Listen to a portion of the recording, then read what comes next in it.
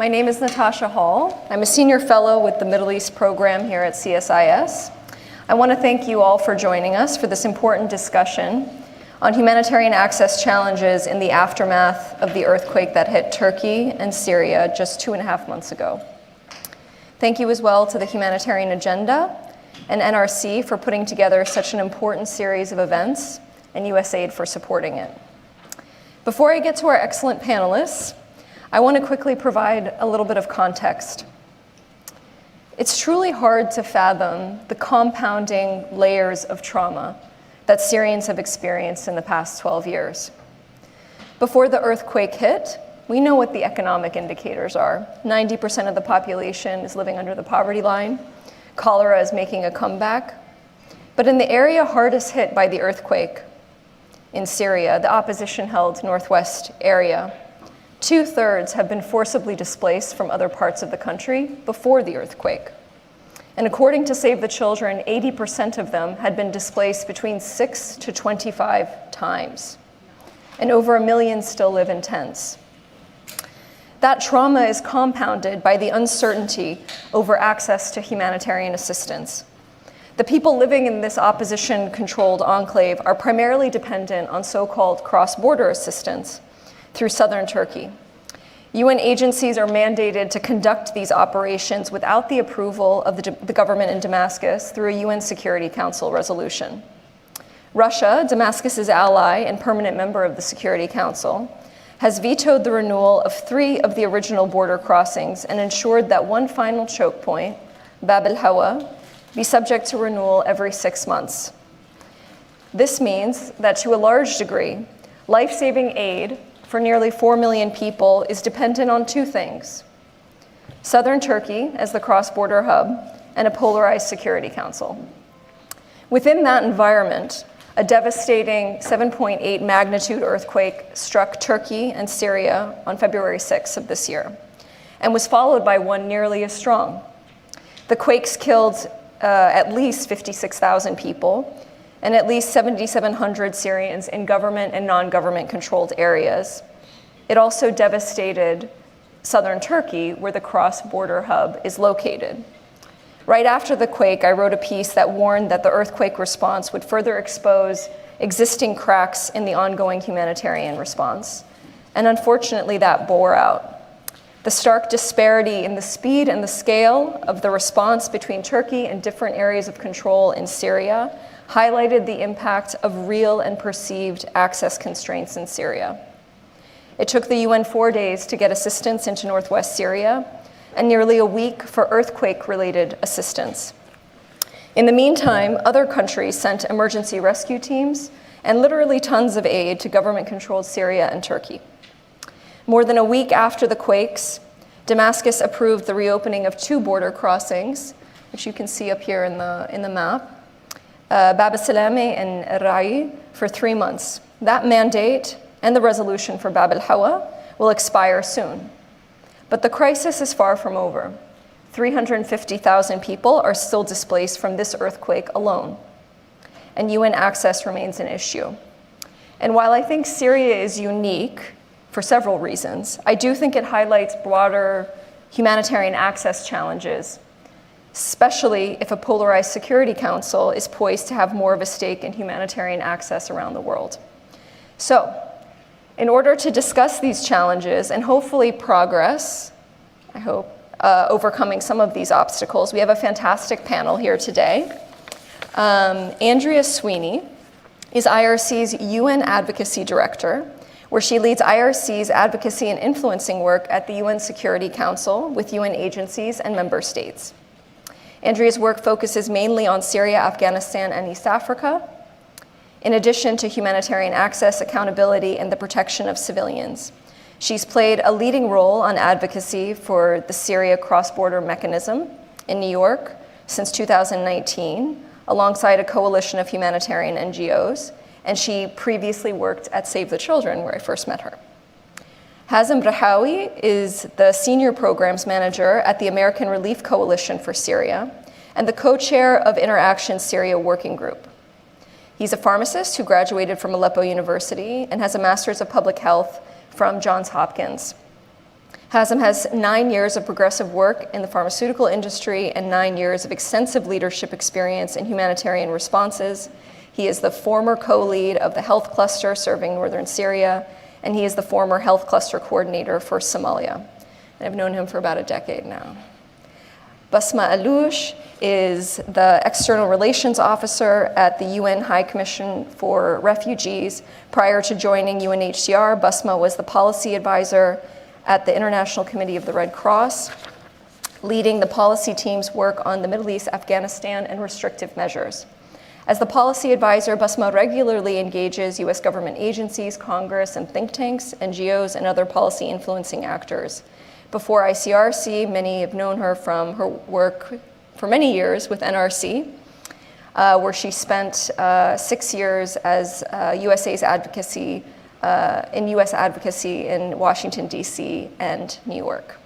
And so with that in mind, I just wanted to kick us off and give each of you an opportunity to explain the access constraints for your organizations or the organizations that you represent in the immediate aftermath of the earthquake, and sort of maybe how that has impacted your response moving forward, and if anything has changed since then. And Andrea, we could start with you. Sure.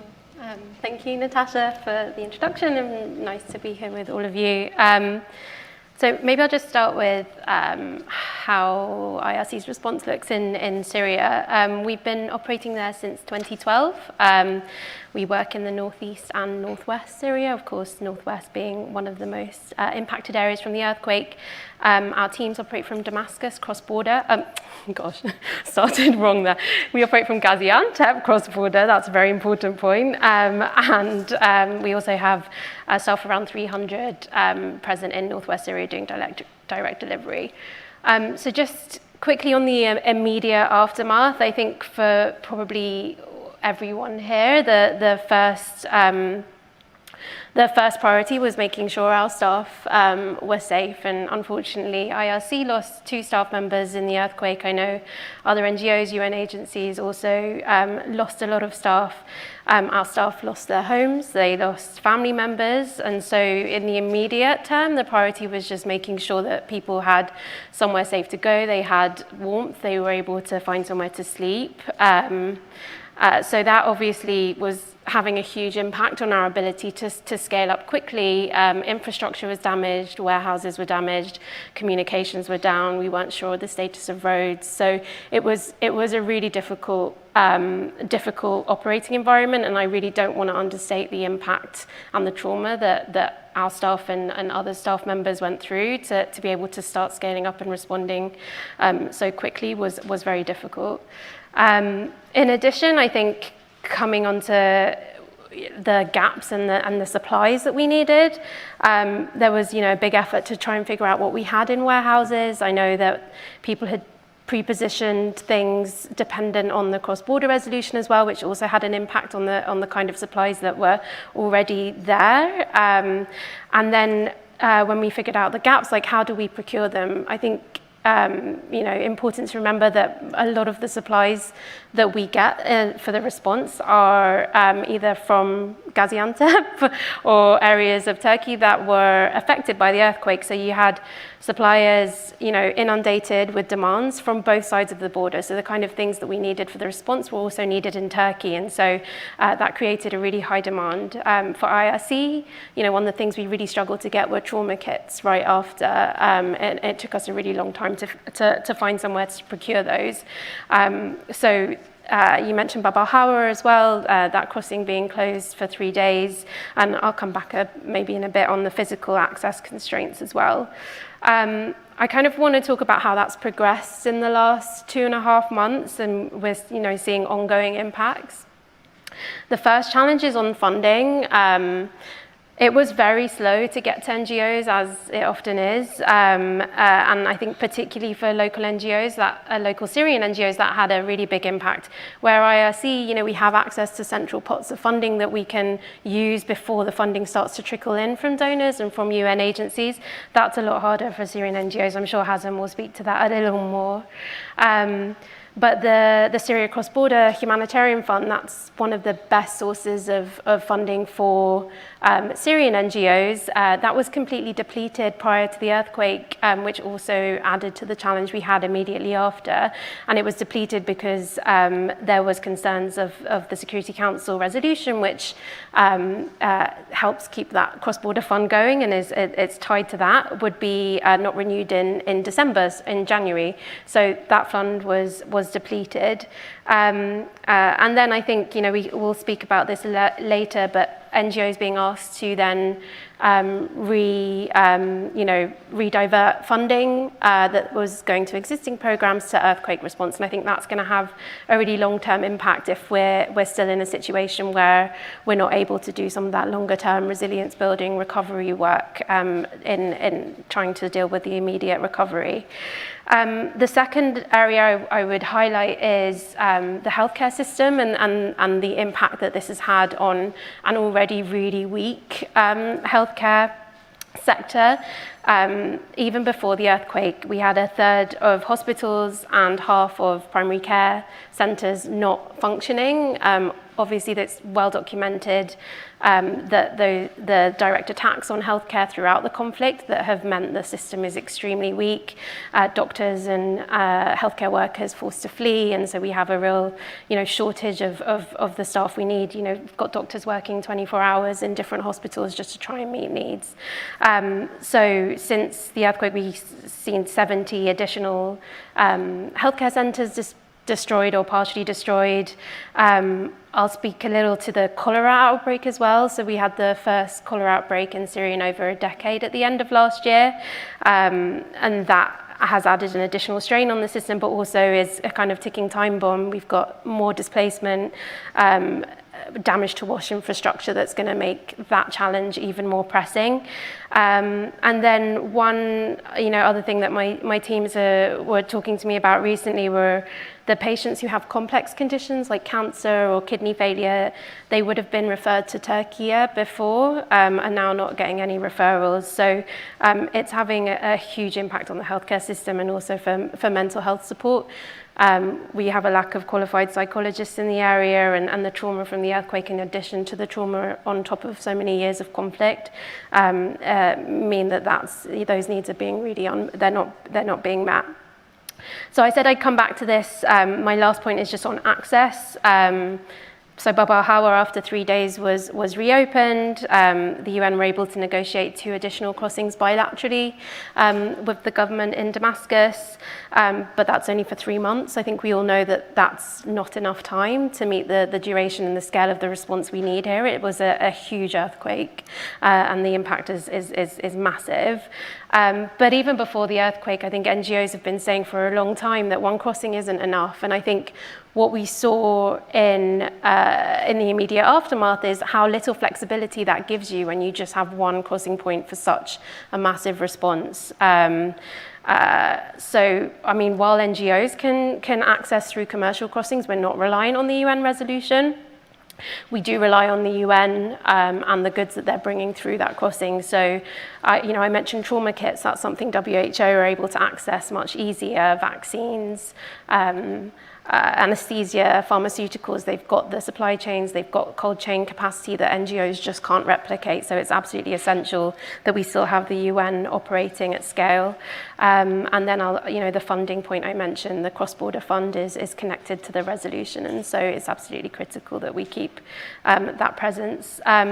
So I think what hasn't changed is just that looming threat of a non-renewal in July and member states wielding that veto power, and the impact that will have on the response at a time of really great need and it's really doesn't bear thinking about. I think not to, painting an optimistic picture, hopefully some others will have some more positives to share, but I think, since the earthquake, the things that are at the top of our mind are, we've got record need, resilience extremely low, the recovery from the earthquake is going to take a long time, the funding environment is extremely strained, cholera and this threat in July of losing a really critical lifeline. I think it's, you know, it's fair that Syrians are feeling abandoned, and I think it's hard to find situations in which their needs are being put first. So on that very pessimistic note, I'll end there. Well, thank you. Thank you. That provides, I think, some stark statistics to put this, make this picture a bit more clear. And we don't want positivity if there is no positivity, right? We don't want to make it up. Hazem, I would direct the same question to you. Hazem is working with Syrian diaspora organizations and others that might have more challenges when it comes to funding constraints that Andrea was talking about. Yeah, thank you. Thank you for inviting me here and to see with colleagues and friends around. So yeah, as many of you know, pre-February 6th, we were already, Syria context was going very low. Funding was depleting. USAID and others were telling us that a third of the funding was going out. And we were unfortunately going into that phase where everything is becoming more of a lull, and we didn't know how, we were trying to survive. Then February 6th hit, and for us as Syrians, I mean, it was a major shock, and suddenly the backbone, as many of our friends know here, the backbone in Gaziantep and Hatay were hit hard, and we were frantically trying to find out what happened with our friends and what things we can do. In the first days, like I said, we were trying to re-establish previous existing mechanisms where we were trying to reach out to our colleagues, to our friends, and oh, sorry. So yeah, we looked at pre-existing networks and mobilized these pre-existing networks to respond as much as possible. When things were becoming more and more clearer, we noticed that, first of all, as Andy said, roads were closed. We couldn't mobilize anything inside. The entire system was paralyzed. So colleagues inside Syria started to frantically try to seek whatever remained inside Syria to be able to mobilize. The Turkish response was pretty much inward and focused on their own response. Roads into Bab al-Hawa and Bab al-Salam and others were damaged, but we didn't know what would be the extent of it. And then the staff themselves, we weren't sure how much they would be able to mobilize. Our focus has been search and rescue. Our focus was, let's dig as many people as possible from under the rubble. From our side, we tried to reach out to all international community, UN agencies, whatever, to figure a way inside. In our minds, Natasha, we always imagined that there will be a breaking point where the entire humanitarian system will start to move in. Unfortunately, the access constraints that has been a hallmark of the Syria context for years now, and I think it's in addition to the human rights issues related to Syria, access and humanitarian access constraints showed up very starkly. We keep saying that we were left alone. We were watching our colleagues from the civil defense using whatever equipment they can to dig people out, and we were met with silence. That's made us really frustrated, and we tried to push the system harder and harder to see what can happen. Of course, the Turkish side closed the crossing points temporarily until it reopened again, and we didn't see the convoys that went in, except for probably Saudi Arabia and Qatar. They were able to send quickly the aid, but we didn't anticipate. The first UN convoy entered into Syria on the third day, which was a pre-prepared convoy from IOM.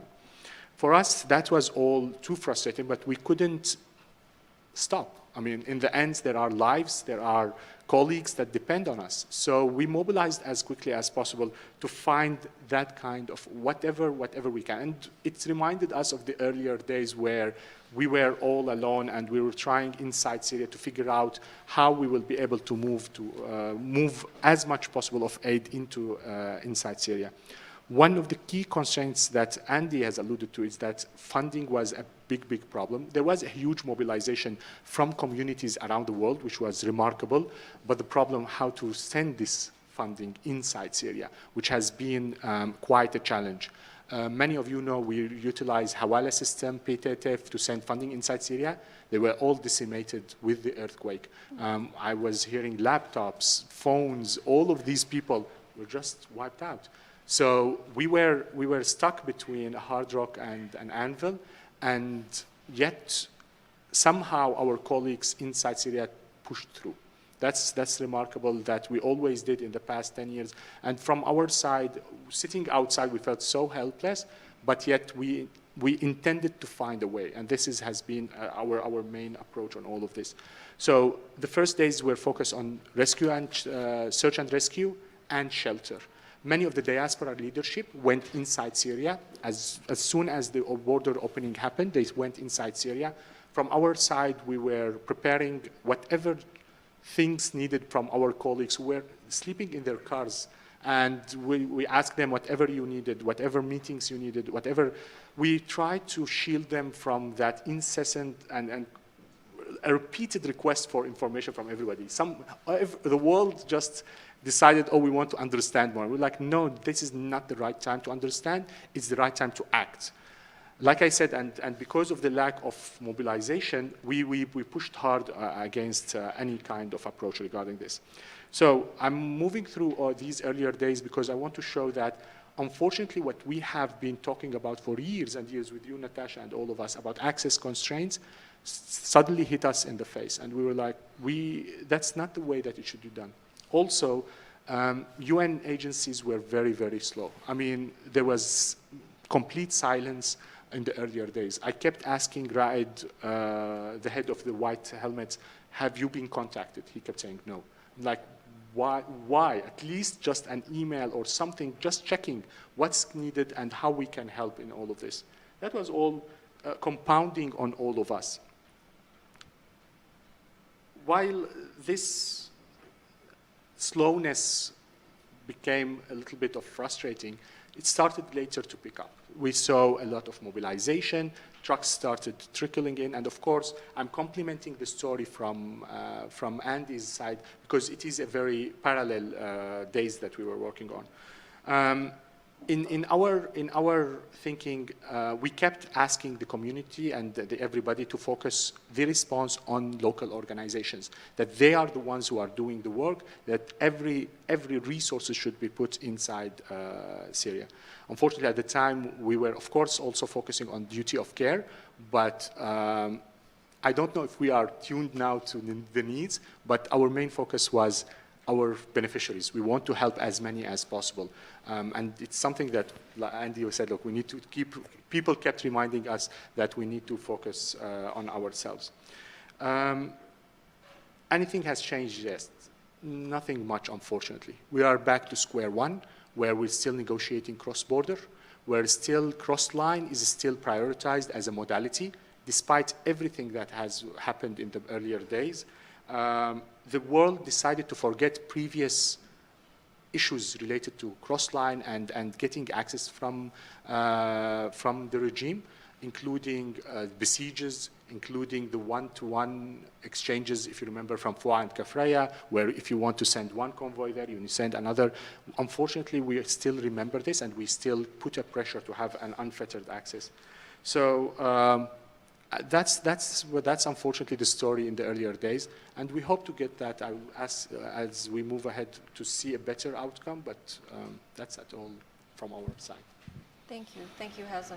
I think I'll ask you a bit more questions, and Andy as well, about sort of direct funding and if there's been any improvement on that, given sort of the obstacles faced by the UN and soon to be obstacles, I guess, as we approach this next deadline. And Basma, please, the same question, but for UNHCR and maybe other UN agencies as well. Thanks, Natasha, and thanks for inviting me for this really timely conversation and for giving me this space. I think from my perspective, I don't want to repeat what a lot of my colleagues shared, but I do want to highlight a little bit about UNHCR's specific experience in the immediate aftermath of the earthquakes. And then maybe if I can take it a step further by not just talking about what changed, but also just not what changed in the immediate term, but also what's changed in the past in the past few months. So as you all know, and as my colleagues have already highlighted, the earthquake was really just one additional tragedy that just simply compounded the suffering that Syrians had already been experiencing. I think this natural disaster also kind of exposed a little bit some of the vulnerabilities and in the humanitarian, the vulnerabilities of the humanitarian community writ large, and just how we are also impacted by, natural disasters and other, political occurrences as well. And so, as every single human that was based in southern Turkey and northwest Syria, UNHCR staff were also equally impacted by this catastrophe. So we, as humanitarians, not only had to confront this tragedy, but we also had to ensure the safety of our staff and our partners, while also thinking about and trying to immediately mobilize to respond to the needs of the impacted populations. We were doing this while, as UNHCR, we had lost 4 colleagues. Till now, we have 1 that's missing, and many had their lives disrupted. So the same colleagues that respond, are part of our cross-border response in southern Turkey, were also sheltering in places because their homes were damaged, their families were, temporarily displaced, they had lost property,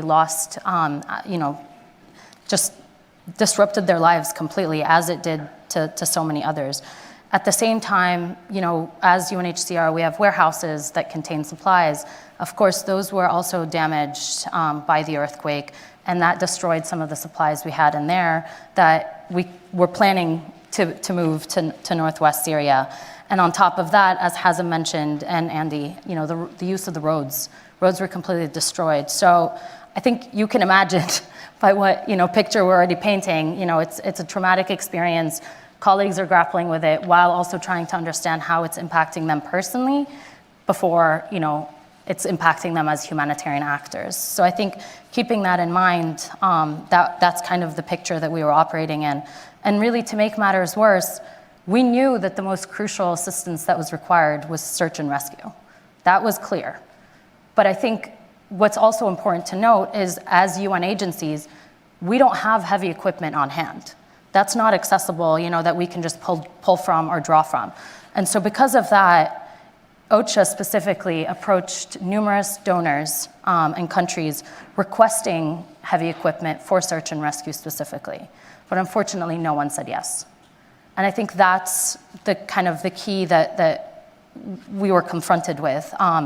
But as soon as the roads were somewhat accessible, and as soon as we were able to gather some of the pre-positioned supplies, we were then able to deliver, some of the tents and really the basic supplies that were needed at the time through the cross-border mechanism.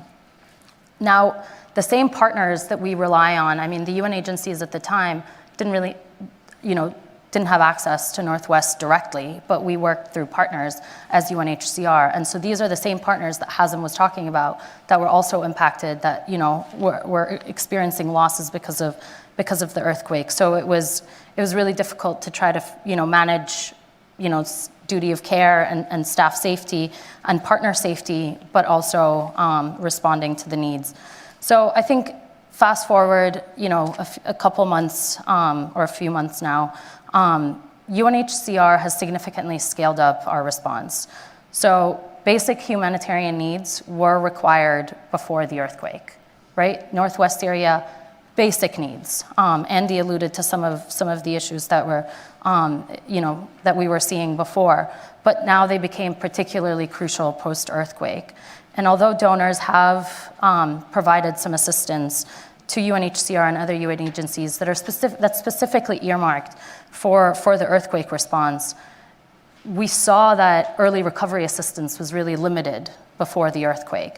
And with this increase in funding, what UNHCR is trying to do is really shift its approach to Northwest Syria towards a more durable response, where we're focusing on long-term solutions to try to address some of the impacts on the affected populations. And across Syria, we're looking at ways to try to help people rebuild their lives and their businesses. So this really means, we're focusing a lot on shelter provisions, housing assistance through minor repairs of affected homes, and support for livelihoods and other income-generating activities, including, and this is something that we're also really prioritizing in Syria, is cash-based interventions and trying to strengthen protection services so that we can help people kind of rebuild their lives as quickly as possible. The other kind of component that really shifted after this earthquake catastrophe that really directly impacts our work at UNHCR is the fact that now, in the first time in 12 years, UN staff can physically be present in northwest Syria.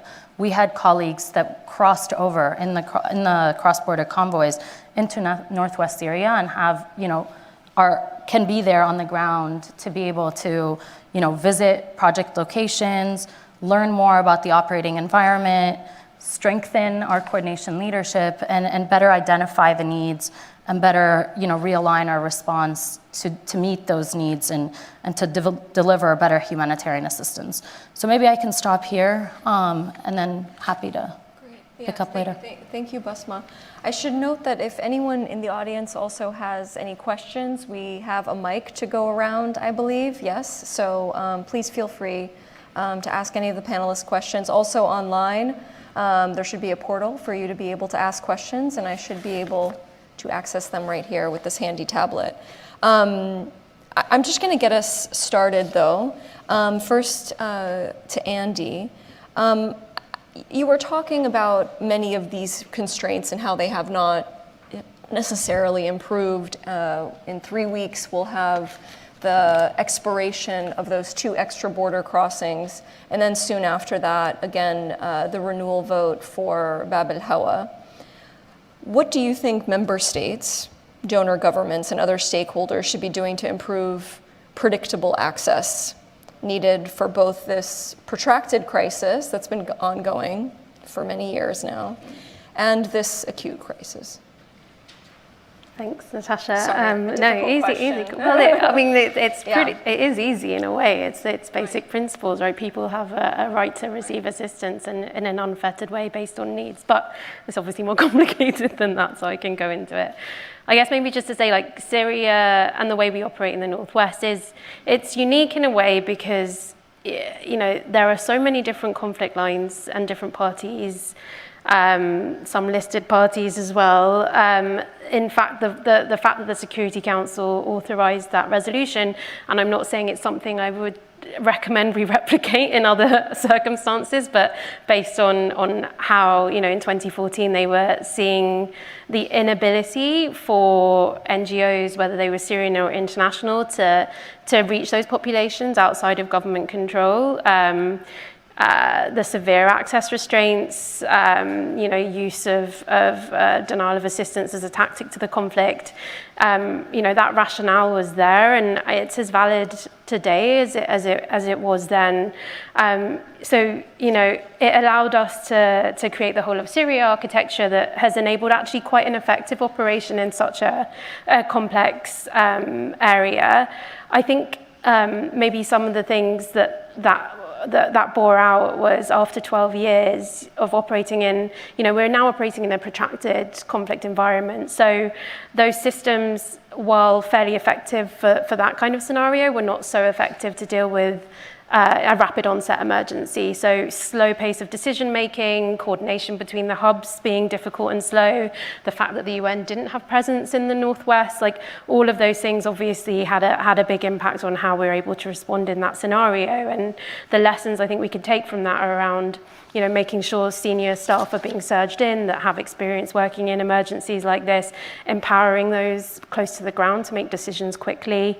And then, the operating environment we have being so reliant on local partners, I think there's lots of lessons to be learned there as well in terms of making sure that local and frontline NGOs have access to quality, multi-year, flexible funding. They're the quickest to respond, and they're always going to be in those kind of emergencies. So the fact that I don't know if it's just Syria or Northwest Syria doesn't have a localization strategy, that's one key ask, I think, for donors and member states to think about. And one key part of that needs to be around the risk mitigation and doing that in partnership versus just putting all the risk in terms of engaging with all the authorities onto local NGOs. And then, speaking specifically on cross-border, and as I said, the rationale is still there. We don't have good alternatives right now for that kind of operation. Basma and others mentioned cross-line. We're not in a situation where cross-line is, in a position to compete with or replace cross-border. It can be a complement. But I think, Natasha, it was one of your papers, I liked the way you said this, was the community see it as a Trojan horse. I think, as in addition to security challenges, logistical challenges in getting goods cross conflict lines, there's also a really important part around community acceptance in the Northwest. Hazem mentioned these are populations who've been through sieges, and so the cross-border resolution, while it's subject to the polarization of the Security Council, for many years now it's given some degree of security that populations are not just at the whim of a government that they experienced withholding access from in the past. So I think I get the fun job of dealing with that polarization in New York, but it has been a really effective operating model in a really difficult environment. And so it's something I think we would be encouraging the international community to be continuing to put their energy and attention into making this continue, because it works. Right now we're in a really vulnerable position in Syria, and where the needs are, the response needed to deal with the earthquake, in addition to trying to build some kind of sort of long-term and early recovery support so that communities can have a dignified life there. It's not the time to be restricting and playing with this kind of access that we've got and having political priorities put first. So I think, maybe three things I would say there's maybe US government reps here as well, and other member states, is making sure that you maintain that focus on that principle of people's right to aid, a commitment to maintain cross-border access, and also, we're seeing regional dynamics shifting quite a lot, and there will be different parties that aren't just Western states that have influence over the governing authorities in Syria.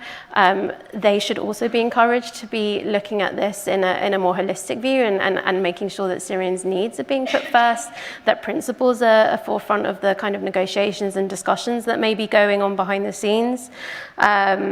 The Security Council, obviously in July, it's maybe no surprise, I'm going to say they should be renewing that resolution for 12 months. As many crossings as needed should be folded into that, guarantee that securely for 12 months, allow us to respond to the drastic needs that we're seeing.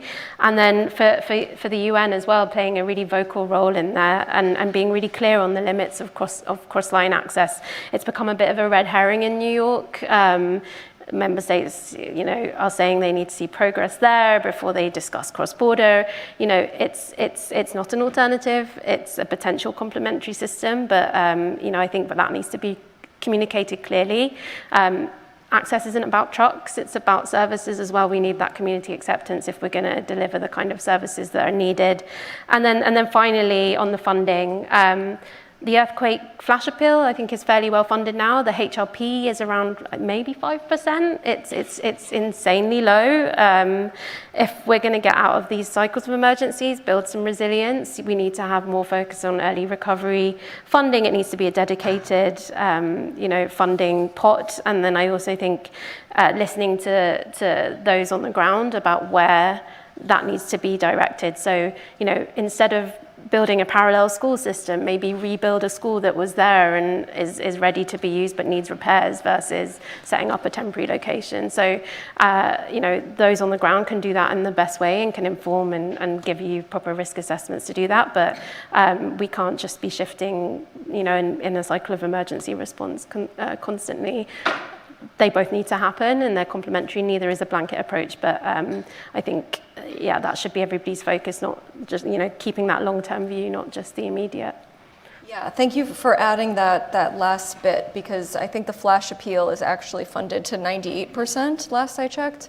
But that does not mean that the overall humanitarian response is fully funded. And granted, we are seeing rising other crises in Ethiopia, now Sudan, Myanmar, and unfortunately, we're seeing many of the same geopolitical issues get in the way of humanitarian access in all of those areas too. So I do think that these challenges, some of them are unique to Syria, but unfortunately, we are seeing them in many other contexts as well. And then, Hazem, I would turn to you and ask a bit about the organizations that are working on the ground, providing these services. What are their major concerns? What are their priorities? It seems like everything is a priority, but are they getting the ear of major government donors, the UN, that may or may not be around in the next few months, the ones that essentially fund all of their activities? Have you seen any improvement in that since the earthquake? I mean, not much, because I think the problem is that even the news about the earthquake itself has now waned down. People returned back to thinking about Syria as a protracted crisis, an unresolved protracted crisis. And unfortunately, it's still, I mean, we're hearing from donors that cuttings are coming. I mean, yes, the earthquake response gave a reprieve in terms of response, of funding, but that will not continue. The myriad of problems and, like you said, the humanitarian crises around the world put us in a situation where these crises are competing for funding around the world, which makes our operations very, very difficult. Not only on that, but the lack of will to adopt localization strategy, where clearly in the situation, in the response for such a major crisis, local organizations and local staff were the only option. Nobody else was there.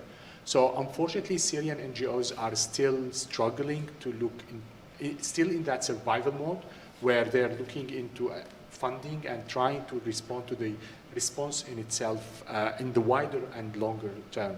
Additionally, we have the same request as our colleagues in IRC and the INGOs. It's the same thing. We don't want a repeat of the same emergency modalities for the next years. We've learned our lesson, and we definitely want to have better approaches, early recovery implemented correctly, and looking forward into a stabilization and risk mitigation measures to be implemented.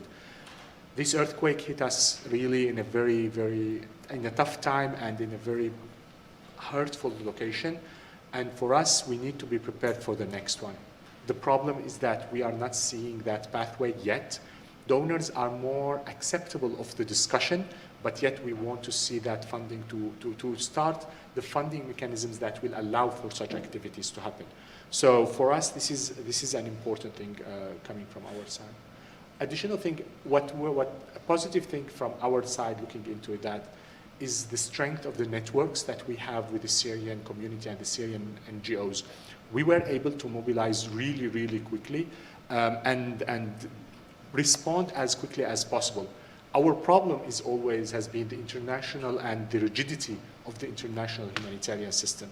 The way that, I mean, not to blame certain agencies or countries, but in general, the system in itself was not mobilized quick enough to respond to an area outside of a government-controlled area. And whether it is Myanmar or other, natural disaster can happen everywhere. But that rigidity, that inability to move, made it things for us very difficult. So definitely localization, preparedness, early recovery are key pillars in the next phase and should be taken seriously, in addition to continuation of a humanitarian response and the response, because humanitarian needs haven't moved out. Our main concerns and biggest concerns as we move ahead also. Unfortunately, we are hugely concerned about being stuck in cross-border discussions. It's unfathomable for us that we are in 12 years of war, and yet we're still talking about access. There is a mechanism that is working well, efficient, effective, well coordinated, and well accountable for the population and for the donors. The cross-border is working. For us, we can't understand why should we negotiate or enter into all of this. Access should be open everywhere and should be allowed everywhere. And that's the modality that we are aiming to do that. Unfortunately, we as humanitarians, we always being restrained by such politicization of aid. And we are the ones who are asked to figure out a way out or figure a way to move and all of this. So for us as Syrians, we're stuck back to the cycle. It's every 6 months we go back to the Security Council asking them to renew the resolution. That's why even for us, we went outside of the traditional Security Council and we asked the legal question if there is a way out and if actually there is a necessity for a Security Council. In our interpretation of the international law, there is no need for that. I mean, it's still a debate for us between us and the UN agents and the UN system in general.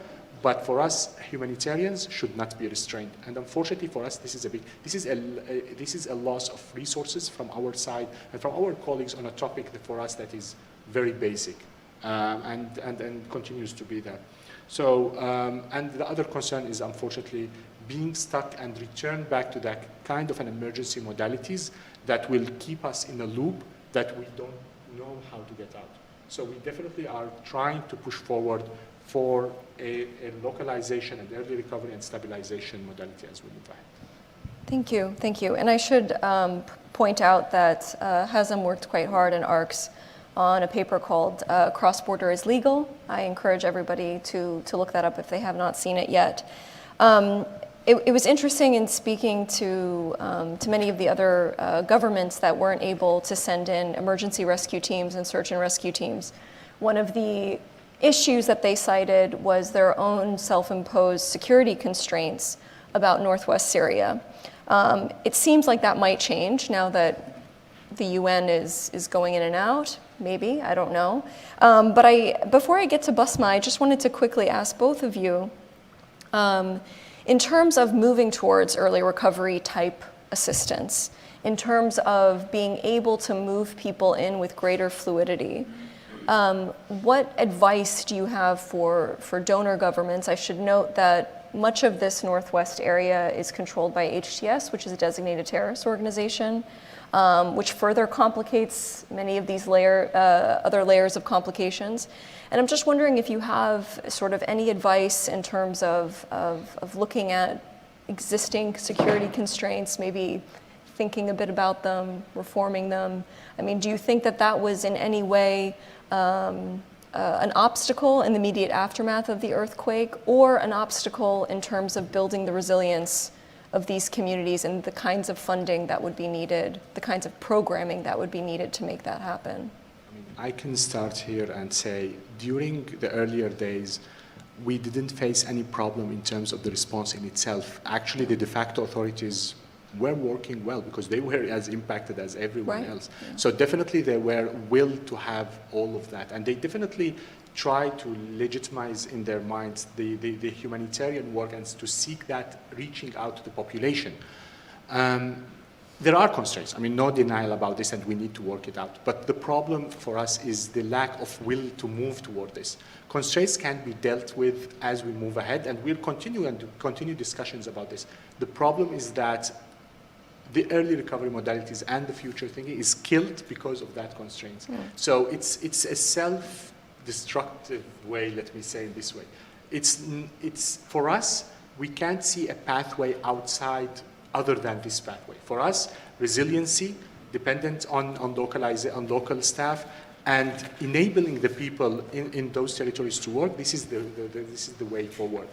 I mean, there will be ways to definitely negotiate, and I mean, we know OCHA has been negotiating with all parties of the conflict. The problem is that the more that you negotiate humanitarian access, the more you enable armed actors to become involved in the humanitarian work. For us, humanitarian work is principled. It's access everywhere, unfettered and unhindered. And that should be the basis for every negotiation, whether with any armed actor, whether it is the government of Syria, whether it is in the northwest of Syria or northwest of Syria. No matter what, this principle should apply everywhere and not enable these actors to do this. Unfortunately, in the past years, and this is when I returned back to sieges and these, we enabled armed actors to become part of the humanitarian access discussion enabling them to control what comes in and what comes out. This is for us has been the problem in the Syria conflict in general.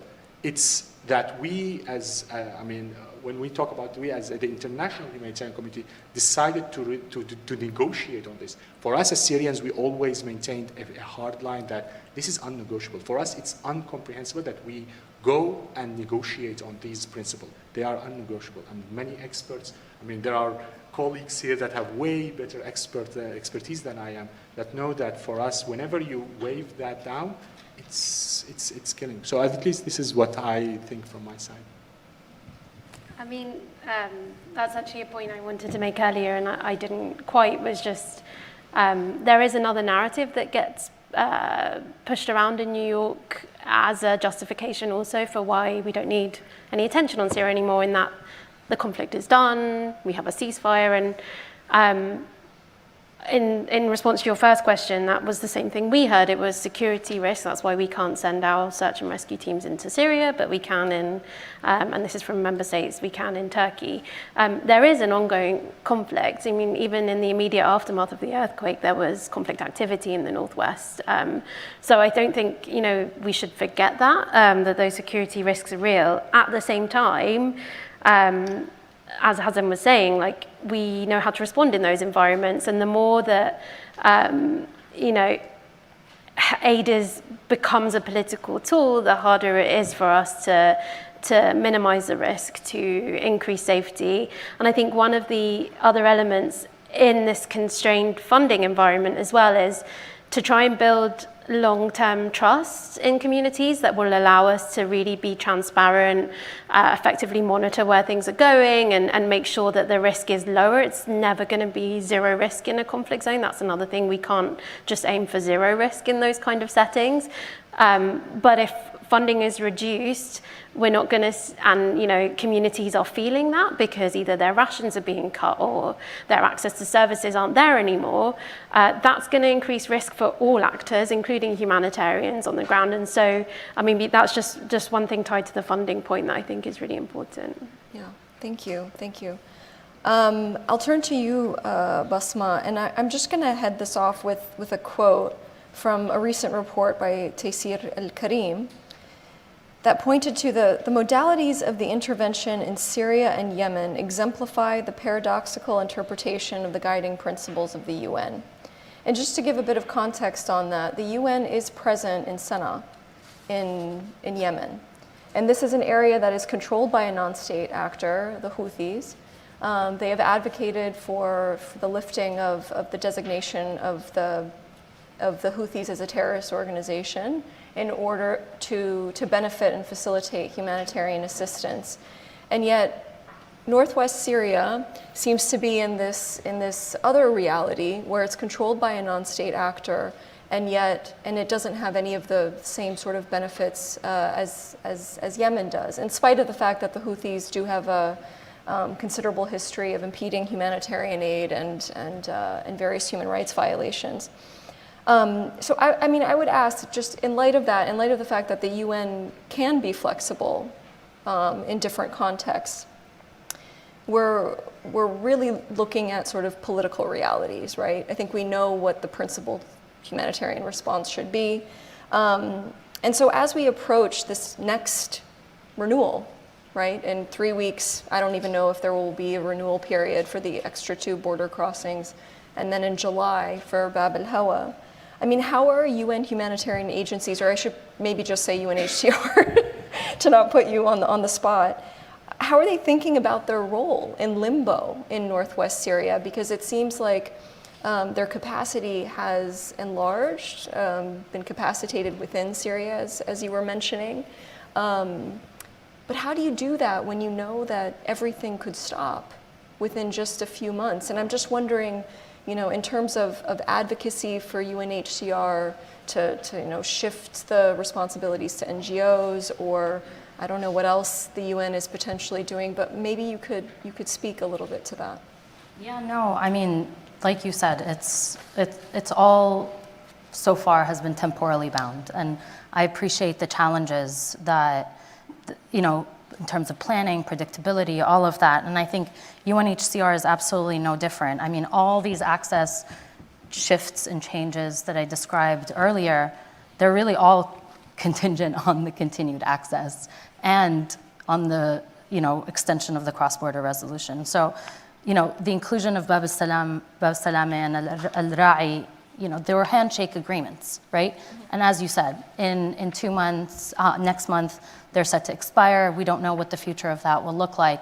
But the UN Security Council resolution, despite all the challenges that come with it, it is a binding agreement, right? And it is something that formalizes our access, and it helps make it more predictable and helps us at least figure out how to expand our crucial work. So that, to date, following the earthquake, Andy mentioned it, cross-line assistance hasn't been successful due to different actors impeding access.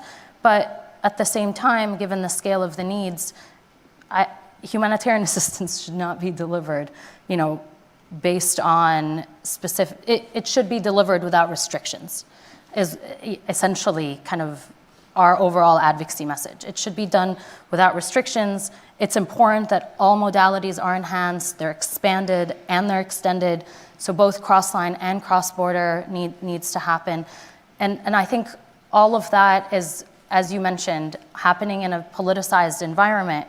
But I think what's key is that the needs, as we were talking about, they've been protracted, they're ongoing, and if anything, right now, they've worsened. And yet, humanitarian assistance is still treated as this Band-Aid, this fix. But we are in a politicized world. We're dealing with, political actors that have different objectives towards Northwest, but also Syria writ large, because of course, the needs are massive across the entire country. And yet, so humanitarian assistance we need to stop viewing, or non-humanitarians need to stop viewing humanitarian assistance as this political fix. And I think thinking about lessons learned from the Syria experience writ large and this decade-long humanitarian crisis, I think currently by design, humanitarian assistance is very short-term. It's very, I think Andy, you mentioned it, it's very emergency-based. And I think if we learn anything from Syria, it's the fact that long-term humanitarian assistance is equally important. And I think, early recovery assistance, investments in livelihoods, other types of long-term humanitarian assistance is also life-saving. After a decade-long crisis, over a decade long, I think people's resilience capacities, we saw with the earthquake the impact of the dilapidated, always hard word, shelters, things that we could have worked on, we could have tried to, improve to minimize the impact, but unfortunately, the political realities, it's hard. I don't have like a fix, but I don't think it should shouldn't fall on humanitarians. I think we're constantly confronted with finding solutions for things that are way beyond us. And the only thing I would say is, right now, my colleagues mentioned it, funding is crucial, flexible funding is crucial, because I think that's another thing. Andy mentioned it with local organizations, being able to shift, to respond to different emergencies.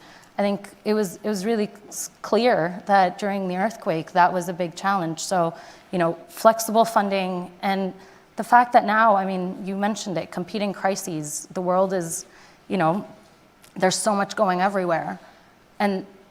But despite that, it has been 12 years. Now's not the time to abandon Syrians, whether in Northwest or across the country. So I think just making sure that, I think on us to keep, highlighting the needs, highlighting the situation. I think that's the advocacy that we can do. And then hopefully that will translate into government action and donor support. Let's hope. I think we have a question from the audience. Jesse Marks from Refugees International.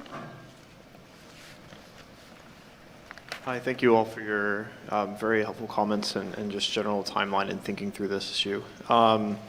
So one of the areas you spoke on was the Syria Cross-Border Humanitarian Fund, which in theory, as you mentioned, would be defunded or no longer be in use if the resolution is not renewed in July.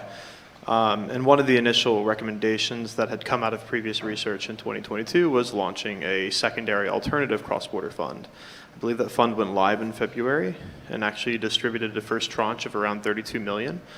Can you talk to maybe ways in which the international environment, whether that be donor states, whether that be the UN or civil society, work to bolster that? You know, is the future then shifting support from the UN OCHA managed fund to this alternative fund and utilizing that moving forward in the event of a non-renewal scenario? I'd just love to hear your thoughts on that. Thank you. Great. I don't know, who would like to speak to that first? Anyone? I can start Hassan, at go least ahead. with that. I mean, as Jesse said, there is this additional humanitarian funding for local organization. For us, any activity that will support and bolster the localization and the direct funding for local organization is something that is welcome, and we need to improve more and more. Our worry for us is that we continue in the international humanitarian structure. UN agencies play an important role and should be well established and should be very engaged in all phases of the response. As many of you know, and I'm not sure if that's quite understood, in the earlier days of the earthquake, most of the funding that mobilized, like traditional donors and institutional funding, went into UN agencies. That is the cleanest pathway that countries have put forward for response for such an emergencies. Unfortunately for us, we couldn't access that. But at least for us as lessons learned in Syrian context, and which we have been advocating for years, a very functional UN agencies operating unfettered, unrestricted is something that is welcome and should be in complementarity with NGO community. So even when we are struggling with the UN agencies and the UN to find a way, it's not more of a challenge as much as a way to open doors and open pathways for the UN to become more and more practical and see them implement more programmatic. So at least from our side, it's definitely a mix between both. It's definitely would require an increased funding for NGO community because we are way flexible than others and we will be able to do that without also putting the burden of, corruption and all of that, with the accountability that comes with it, because unfortunately this is something, a risk that is always hang on our heads. It's part of our life, but unfortunately we're always being threatened because of this, and we are a fragile system, let me say it this way. At the same time, additional support for INGOs and UN agencies and enabling them to do this, for us, this would be the optimal outcome as we move ahead. But that's what I think. Yeah, I can add. So I think, as Hassan said, the effort to try and find these workarounds and what I think people are saying resolution proof the response is good. That fund, the alternative one or complementary one, as we're saying right now, that you mentioned, it's still in a really nascent phase, and I think that's what we saw immediately after as well, that, okay, is this one other way to get funding quickly to NGOs, given that it's taking so long to get down from the UN and through the cross-border fund? They haven't identified that many partners yet that they feel safe or that meet the requirements of risk. So I think that's still a challenge in terms of getting it to the kind of broad level of the big mosaic of local response that we have, and I think that will continue to be a challenge. I also think there's been a bit of a struggle to get donors to fund that. It might be a bit of a chicken and the egg thing where we've got this other fund right now that's working, and so while that's working, less willingness to put it into a new one. At the same time, I think when something is more difficult, it looks like it might have more risk and you've got other crises that need funding, I would imagine that in the event of the cross-border fund dismantling, we would just see a less funding going even to a new fund because it's different, it's less secure or perceived that way. And I know it's been a struggle, I think, to get that pot up to a good level. So it's an important effort. I don't know it's an alternative quite yet. Go ahead, in the audience. Sorry, right here.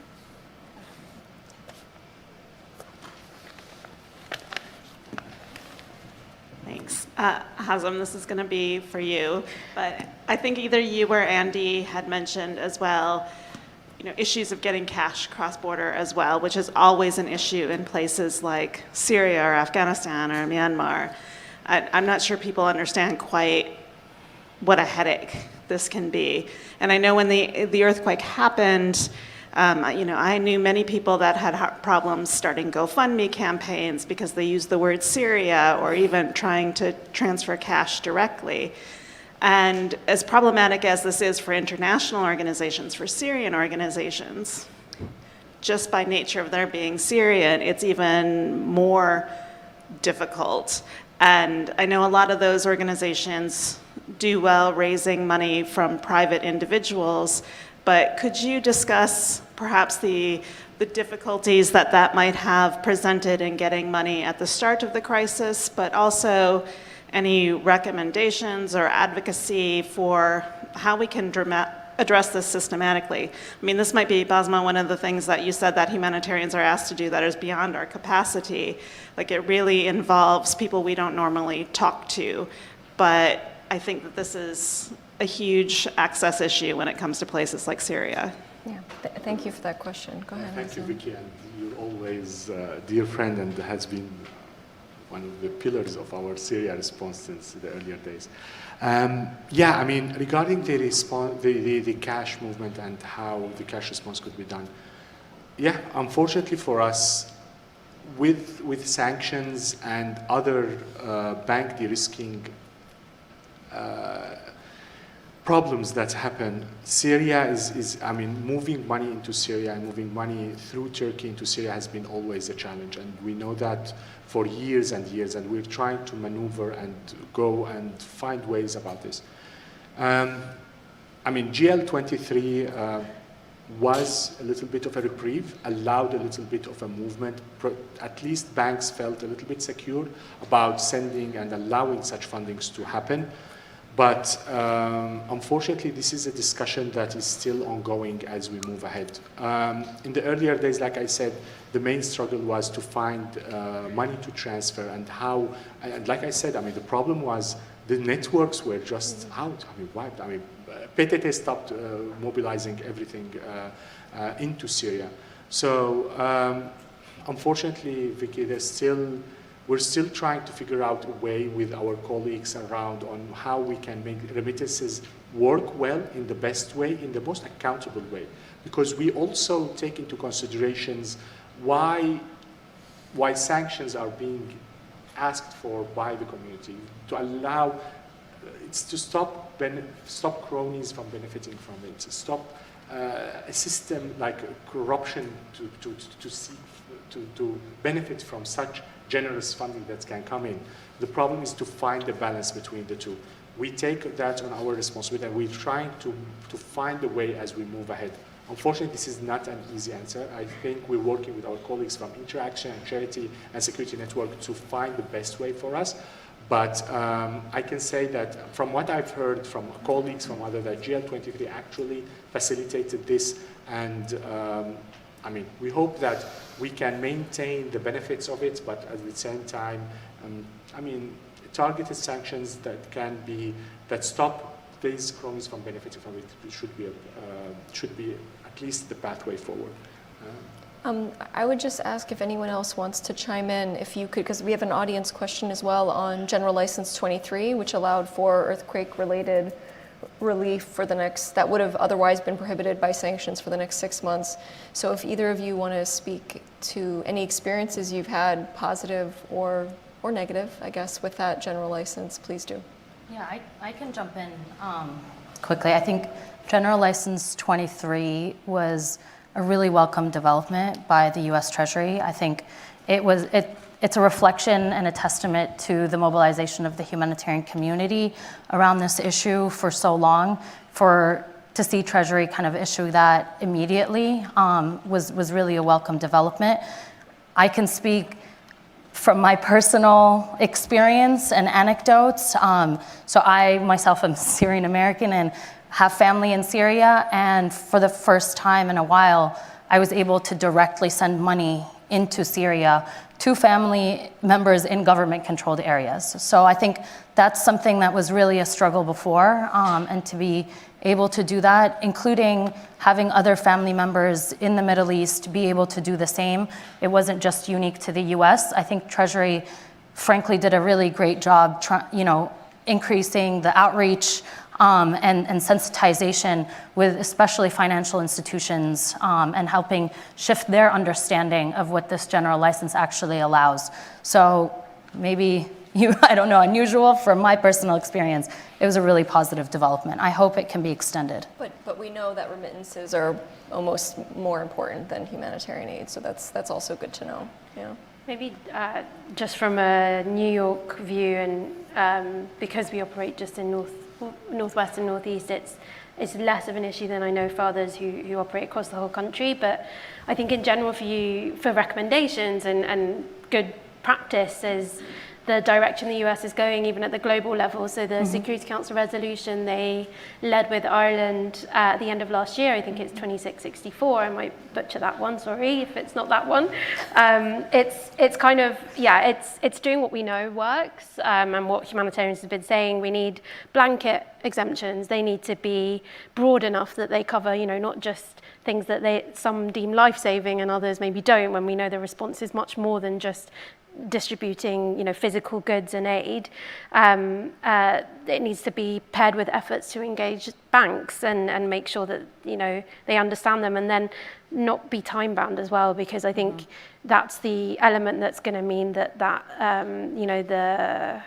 the de-risking is less, has less impact when they know that, this isn't just going to come back in 6 months and things that they did maybe are going to be illegal. So I think that's a good direction of travel, and that Security Council resolution needs to, filter out through domestic regimes now. Well, thank you. Thank you all for your comments. Very insightful, and I think gave us all a lot to think about. I'm afraid we're coming to an end here. But I think that the issues are clear: flexibility, predictability, and humanitarian principles, which I don't think shouldn't hopefully be too difficult to come by. But I would just leave you with this: that conflicts in number and in length have doubled and tripled since 2005. That, along with a far more polarized Security Council that is far more interested in humanitarian access than ever before, will assuredly put us to work thinking about these issues for some time to come, unfortunately. But thank you all for joining us. We really appreciate it, and your questions. Thank you. Have a wonderful day.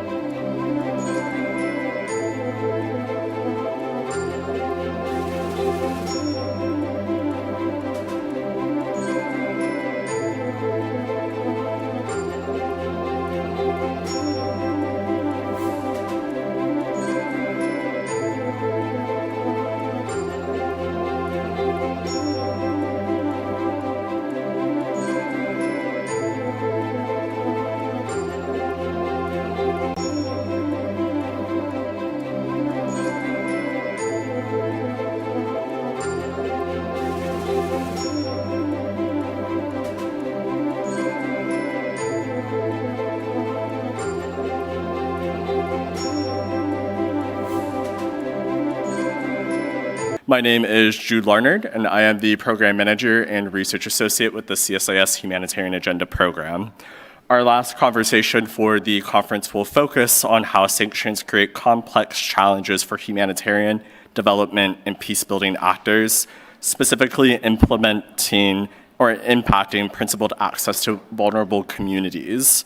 Sanctions is one of our important streams of work here at CSIS and on the Humanitarian Agenda Program, which our moderator, Kate Phillips-Brasso, who is the Vice President for Global Policy and Advocacy at Mercy Corps, took part of last year.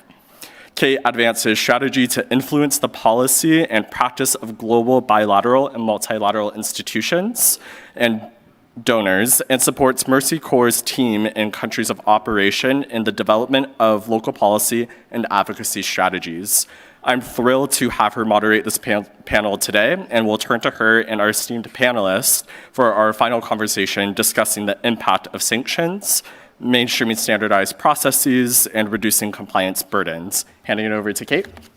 Great. Well, thank you, Jude, and thank you, everyone, for being here for one of the last sessions of this event, this important event on access, impact on sanctions, on humanitarian and peacemaking operations. As Jude said, my name's Kate Phillips-Brasso. I'm the Vice President of Global Policy and Advocacy with Mercy Corps, and I would note, along with several other people, some of which are in this room today, someone who has been advocating not only for an greater understanding of these impacts for the better part of 2 decades, but also trying to advance and build support for solutions to address them.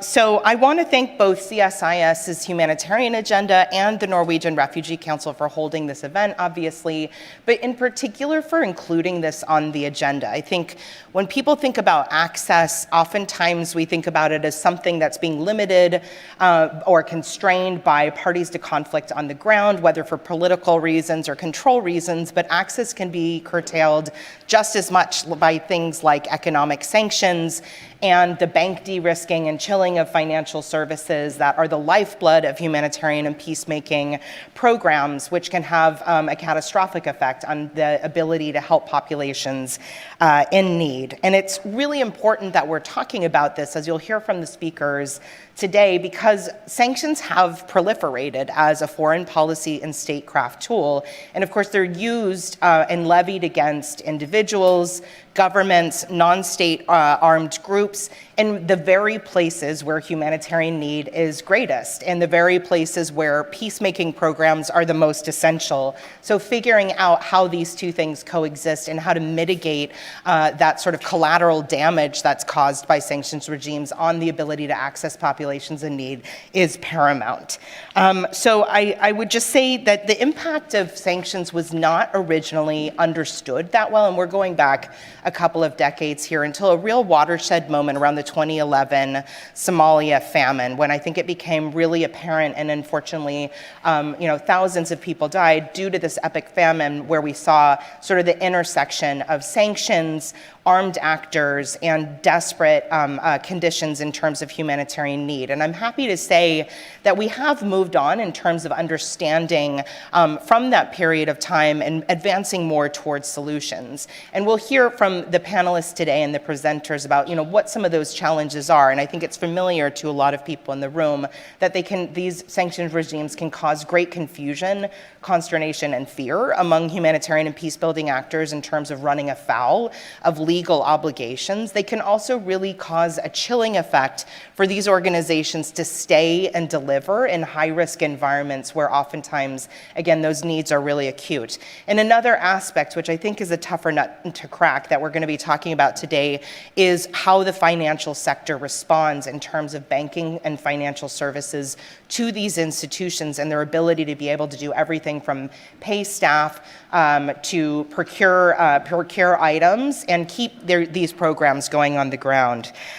So we did have a couple of massive steps last year, which we'll explore further with our panelists today, with this additional recognition of this being a problem that needed to be resolved, particularly in the wake of the situation in Afghanistan, in the form of UN Security Council Resolution 2664, which provided a humanitarian safeguard for current and future UN sanctions resolutions, and followed closely by the issuance of general licenses that provided included humanitarian protections, but I would also add protections for peace building and non-commercial development activities as well, which is very important. They were broader in terms of their scope on the types of activities that were covered. So we will explore all of this today, the road traveled and the road that remains to be traveled in terms of really addressing this challenge. So we have a few people on screen with us today who are going to present on this topic area, on some research that they've been conducting. We'll hear from them first, and then we're going to move into the room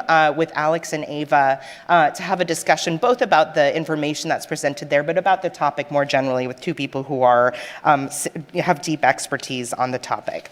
So I first want to turn to our two panelists online, who are Delaney Simon, a senior analyst with International Crisis Group's U.S. program, where she researches and writes about U.S. foreign policy in conflict zones and non-military tools for crisis prevention. Before joining ICG, Delaney worked for the United Nations in Afghanistan, Lebanon, and Yemen. Then we're going to hear from Dr. Erica Murray, managing researcher of the Sanction and Sustainable Peace Hub at the Geneva Graduate Institute. Dr. Murray is the coordinator and co-founder of the Geneva International Sanctions Network and associate editor of the Journal of Global Security Studies. So I'm going to turn it over to you first, Delaney, to present on some of the forthcoming research that you're issuing with the International Crisis Group. Thank you, Kate, for this generous introduction, and thanks to CSIS and NRC for the invitation to speak here today. Thank you also for giving me the opportunity to share the findings of Crisis Group's forthcoming report on U.S. sanctions and peace. Crisis Group decided to write this report after observing that most of the conflicts that we, a conflict prevention organization, follow have a sanctions component. In Syria, Afghanistan, Congo, Colombia, Iran, U.S. sanctions are a feature of the conflict landscape, and it's clear that this tool is only becoming more firmly ingrained in U.S. statecraft than ever before. When I started working on the report, organizations like CSIS, NRC, Mercy Corps, and many of those in this room were familiar and had led work to inform the rest of the world about the ways that sanctions have constrained the work of humanitarian and peace-building organizations. And then while doing the research, we witnessed this sea change that Kate mentioned in the way that the US addressed sanctions and sanctions reform, seeing the US champion the reforms that Kate mentioned, UN Security Council Resolution 2664, and then the broad licenses released by the Treasury Department. But I came to realize that these reforms, while very welcome, do not fully address the costs that U.S. sanctions pose to conflict resolution. And as you all know, in the absence of peace, humanitarian need is higher and access becomes more challenging. So today I'll highlight some of the key problem areas that emerged in my research and that remain key costs that sanctions pose to peacemaking. So first, U.S. sanctions sometimes inhibit peace process implementation, and post-conflict recovery. One example is the peace deal between the Colombian government and what had been that country's largest rebel group, the FARC, which was sanctioned as a foreign terrorist organization for 5 years after the peace deal was signed. When I was in Colombia, former FARC told me that the sanctions made it harder for them to bank, harder for them to get access to credit or loans, to fund campaigns for the parliamentary seats that they received as a condition of the peace accord, or to take part in activities designed to make reparations to communities affected by war, such as removing landmines. As one former fighter told me, we weren't affected by sanctions in the war, but we were affected in the peace. Second, U.S. sanctions have long constrained peace-building organizations, and even with licenses, these organizations find increased administrative requirements and costs, poor access to banking channels and other services, and heightened legal risks. And the audience knows this issue well. Kate spoke to it eloquently earlier. Third, sanctions can sometimes tie the hands of negotiators because they find sanctions difficult to lift, and because sanctions relief on paper, including in the form of licenses, does not always mean sanctions relief in practice. And if sanctions targets don't believe that negotiations will result in relief, they're likely to exact higher prices at the negotiating table or turn away from negotiations altogether. Iran's reluctance to re-enter the 2015 nuclear deal after the US reneged on its promises of sanctions relief 3 years later is an example of this dynamic. And finally, fourth, US sanctions have a way of entrenching division sometimes, so whether between the US and sanctions targets by, in the words of one US official, freezing and carbonate relations, regardless of how a sanctions target evolves over the years, or whether the US has other interests that require it to work with that adversary, or by stoking tensions at the local level. One interesting example that came up during my research is that local politicians in Venezuela linked to Juan Guaido, who the US and other countries recognized as Venezuela's interim president in 2019, told politicians who were considering negotiating with the Maduro government that they could be put on US sanctions lists, and even texted US diplomats frequently with sanctions recommendations. Our report details the structural features of US sanctions policy responsible for these effects on peacemaking. It discusses the political, bureaucratic, and technical reasons why US sanctions are so sticky. It explains how neither the executive branch nor Congress performs the kind of searching analysis of sanctions efficacy and downsides that is required to fully calibrate sanctions with conflict resolution goals. And it shares the ways in which in recent decades, US sanctions policy infrastructure has ballooned, as have the legal mechanisms that underpin it, which makes it very hard to adjust sanctions across the US government to cohere with peacemaking goals, but also makes sanctions very difficult to reform. Our report isn't an anti-sanctions report. In fact, Crisis Group continues to support sanctions and recommend them in a number of contexts. But the idea is to sort of build on the important reforms that have been made recently and encourage the US government to continue to build on this progress. And so we do that by encouraging the clear statement of foreign policy goals to accompany all new and existing sanctions. We're calling for meaningful reviews of sanctions effectiveness and costs, reviews that take into consideration the concerns of humanitarian and peace-building organizations, the expansion and codification of existing sanctions carve-outs, as well as controversially, but we think crucially, reforms to the material support statute so that it stops hindering conflict resolution work, and continued steps to mitigate the private sector's reluctance to invest in countries where sanctions are in place, licenses exist, or sanctions have recently been lifted. I hope that these reforms, if taken, or even if partially taken, would help to mitigate some of the costs of sanctions to peacekeeping and peacemaking that haven't been addressed by recent reforms. But I'm really looking forward to the Q&A to hear what participants today think of the initial findings of the report. And I hope when it's out, which will be very, very soon, that it is helpful to advancing the work the important work that so many of you in this room do. And thank you. Thank you so much, Delaney, and I really appreciate the way you delineated that this is not an anti-sanctions report and that you, in fact, recommend this as a tool in certain settings, but that the recommendations oftentimes have to be around how they're used and the mitigating factors to ensure that that they don't cause damage, unanticipated damage. So with that table setting, I wanted to move over to Dr. Murray, who's going to speak specifically to some of the financial access challenges that non-governmental organizations and other actors find as a result of sanctions. In particular, the reliance on Hawala networks. I'm pretty sure everyone in this room and online is probably quite familiar with that as a tool, but often informal transfer networks, for those who aren't familiar, that oftentimes non-governmental organizations will rely upon when there is no existing banking infrastructure or when it has been made actively unavailable to them. So I'll turn it over to you, Dr. Murray. Thank you very much, Kate. Thank you to CSIS and to Norwegian Refugee Council for this really kind introduction to join you here today. It's great to be here with Delaney, Alex, and Eva as well, and whose views and work I very much respect. So I have the dubious pleasure of having worked on sanctions for around 20 years, and I guess I kind of specialized in some of the humanitarian impacts that sanctions can have for the last decade. And what first got me into this was coordinating on behalf of the European Union and the Swiss government something called the Compliance Dialogue on Syria-related humanitarian payments.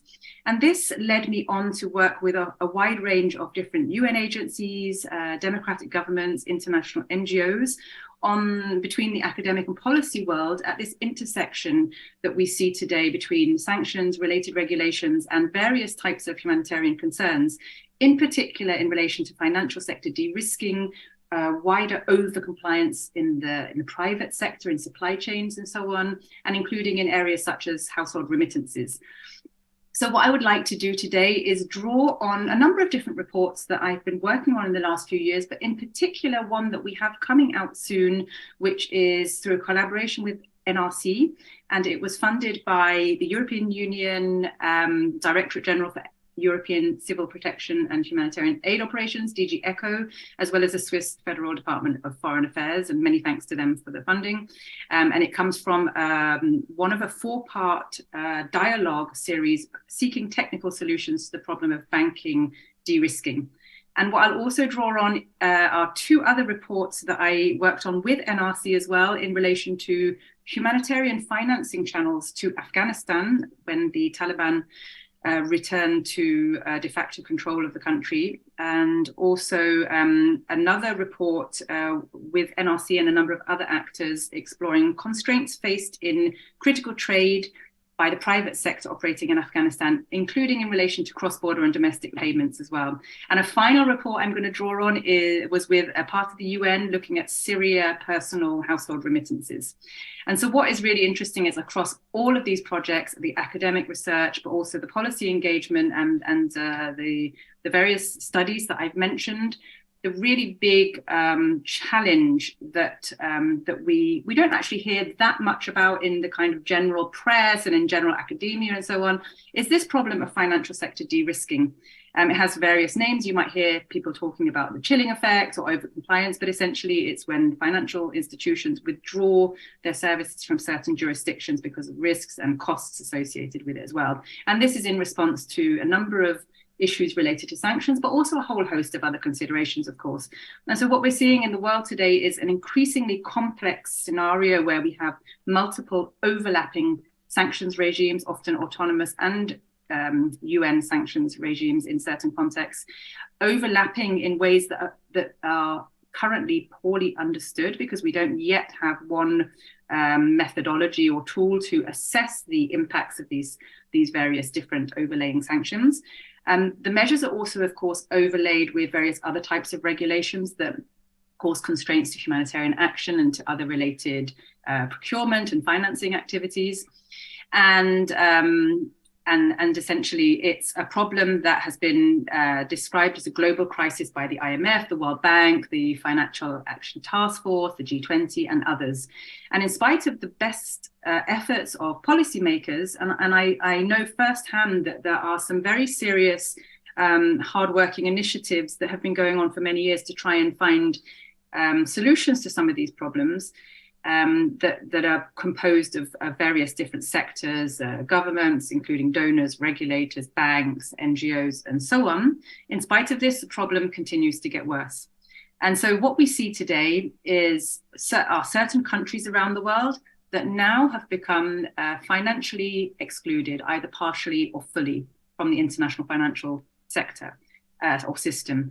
We see some countries like DPRK, North Korea, where there are pretty much no ways of executing transactions into the country, and there are others like Syria where it's an enormous challenge, and the main way of getting cash in is through cross-border bulk cash transfers, carrying cash in suitcases, or the use of hawala. So what I would like to do is focus in a little bit on hawala here. For those of you who are probably very familiar with it, others maybe less so. But the thing the thing we need that it's useful to keep in mind here is that it's probably going to become more of a prominent feature of humanitarian financing as we move forward, when the problem of financial de-risking continues. So what we know through various studies is that NGOs, international organizations, including various different parts of the UN, and private sector actors across the full supply chains of essential goods and other trade, as well as individuals, diaspora groups, and so on, seeking to send household or personal remittances. All of these various types of cross-border and often domestic financial transfers are increasingly forced to make use of payment channels sitting outside the international financial system, informal value transfer systems such as Hawala in light of the absence of more formal fund transfer options. And we see this happening in quite a wide range of what could be deemed high-risk jurisdictions, often those countries under sanctions and counterterrorism regulations. Some of the most prominent examples include Syria and Afghanistan, as I've mentioned already. What we found through these various studies is that many, if not most, NGOs have been making use of Hawala as a legitimate tool of last resort in the absence of viable alternatives as part of humanitarian operations in recent years.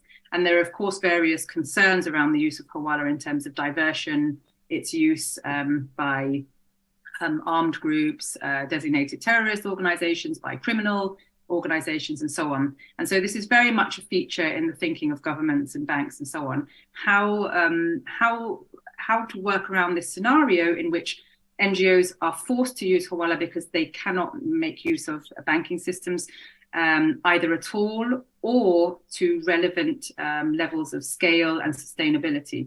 And I can give the example of Afghanistan, not necessarily just because of sanctions, of course, but because of a whole host of reasons that we all know about when the Taliban resumed control.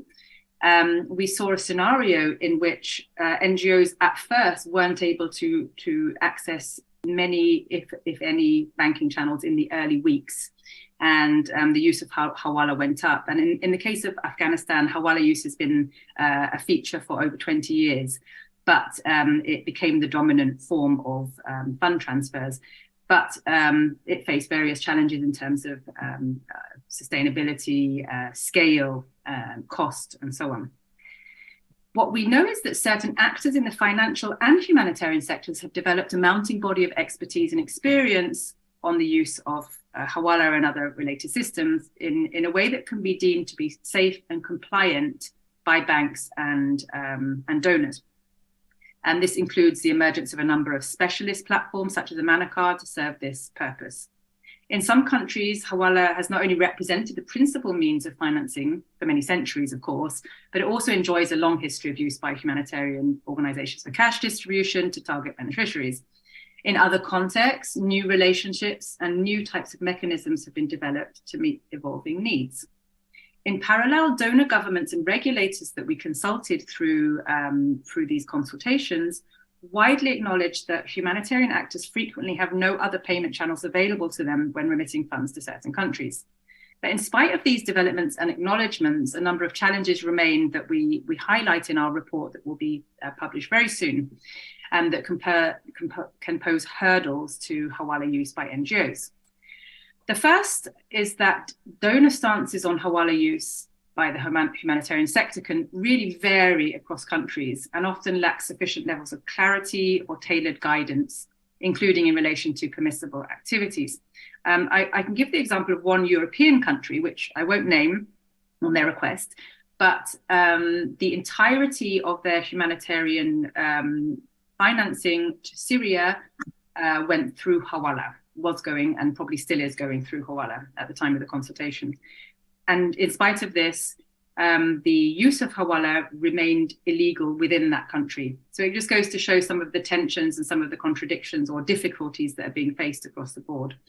There are also gaps in the understanding of the regulatory framework that applies to Hawala use by NGOs across different jurisdictions.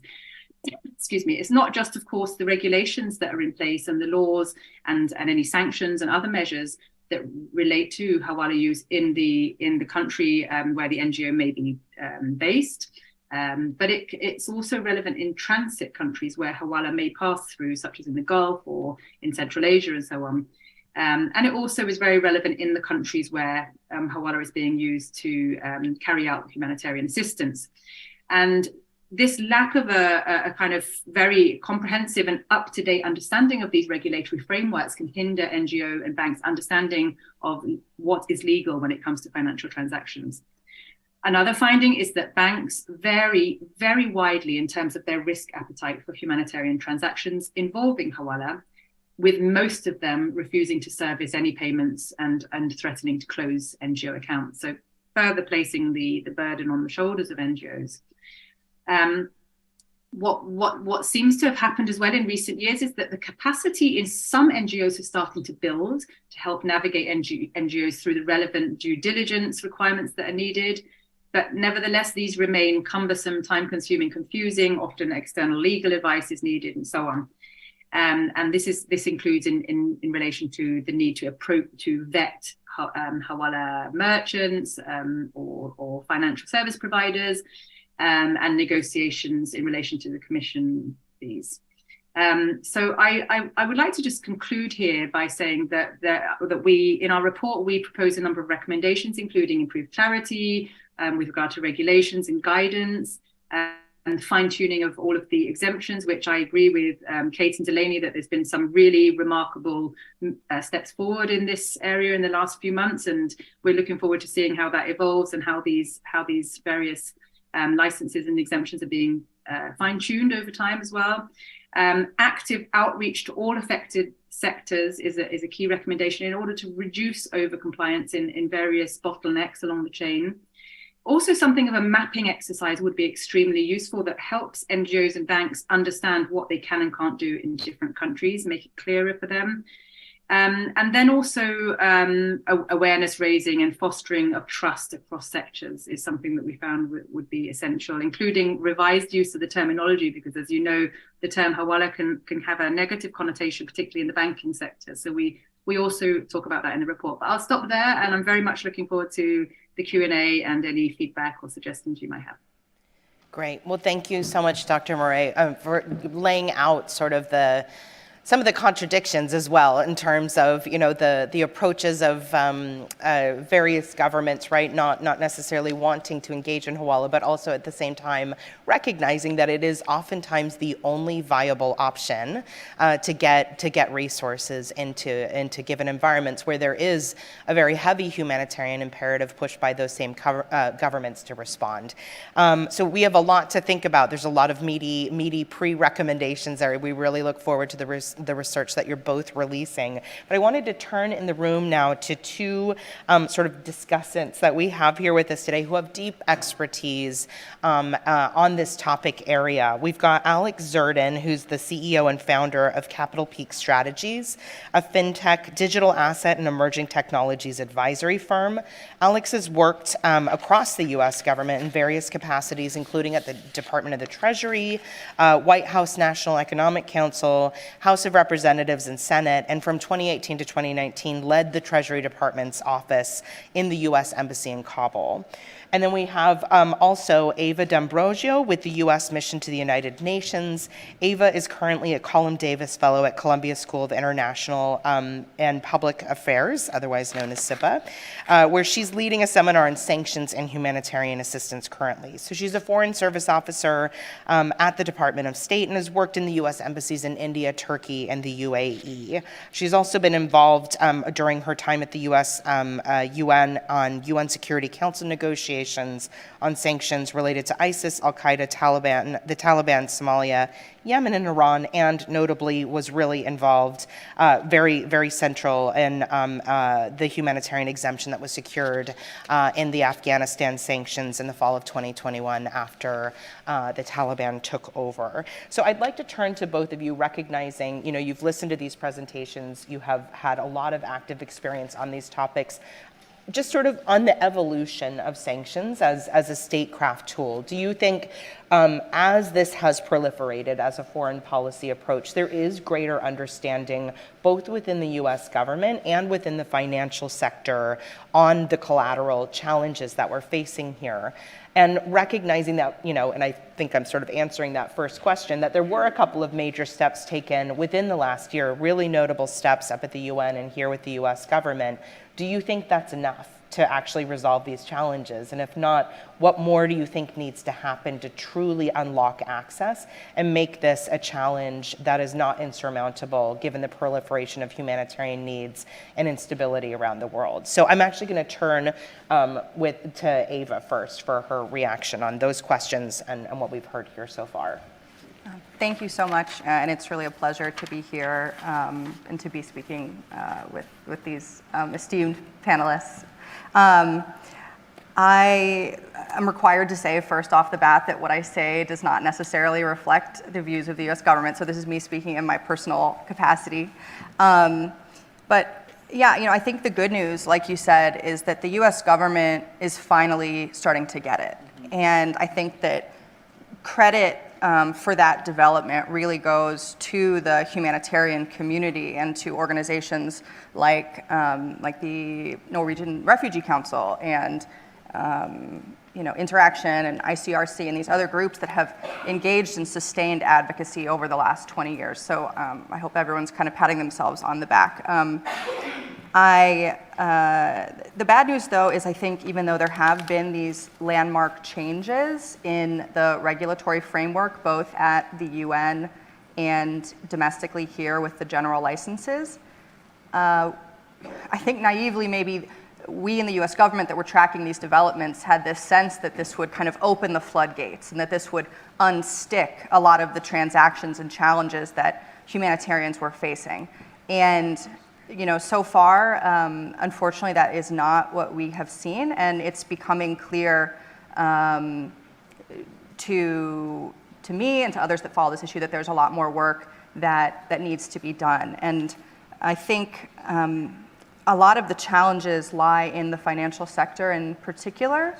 I think, post 9/11, I think a lot of banks are still in kind of a post-11 mindset of, you have to be as strict as humanly possible. It's better to deny a transaction than to take any risk whatsoever that a single dime could go to anyone bad.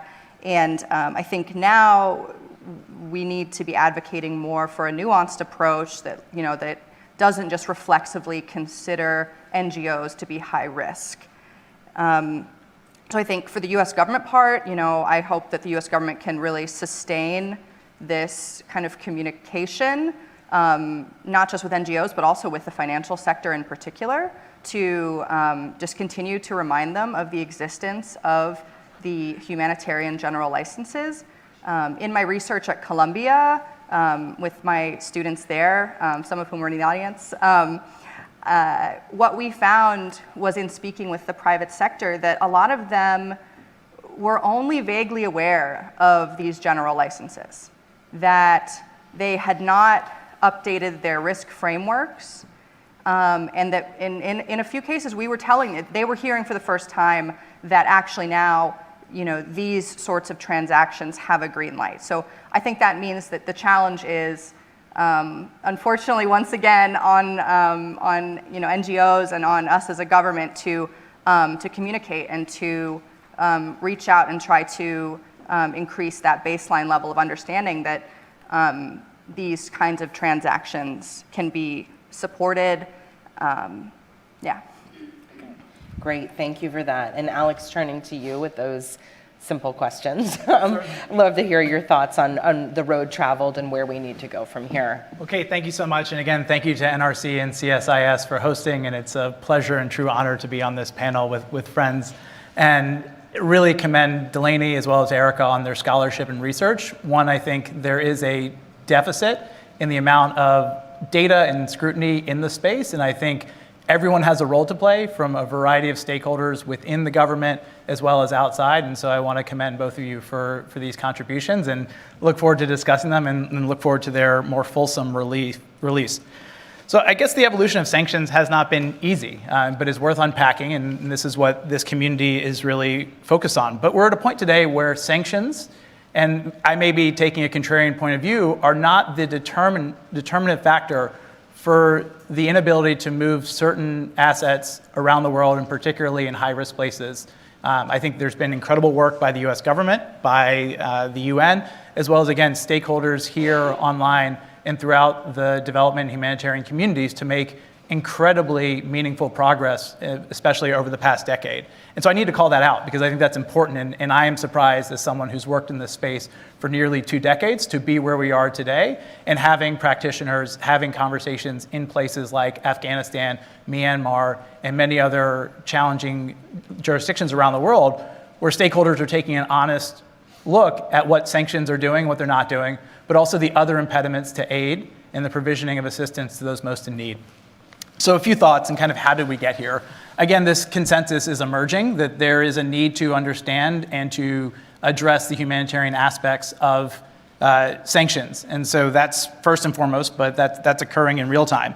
One, sanctions are designed to change behavior, and harming humanitarian actors, denying access for humanitarian services is punitive in nature by just at a foundational level. And so that evolution within the US government and that change within decision making, I think has been a powerful change.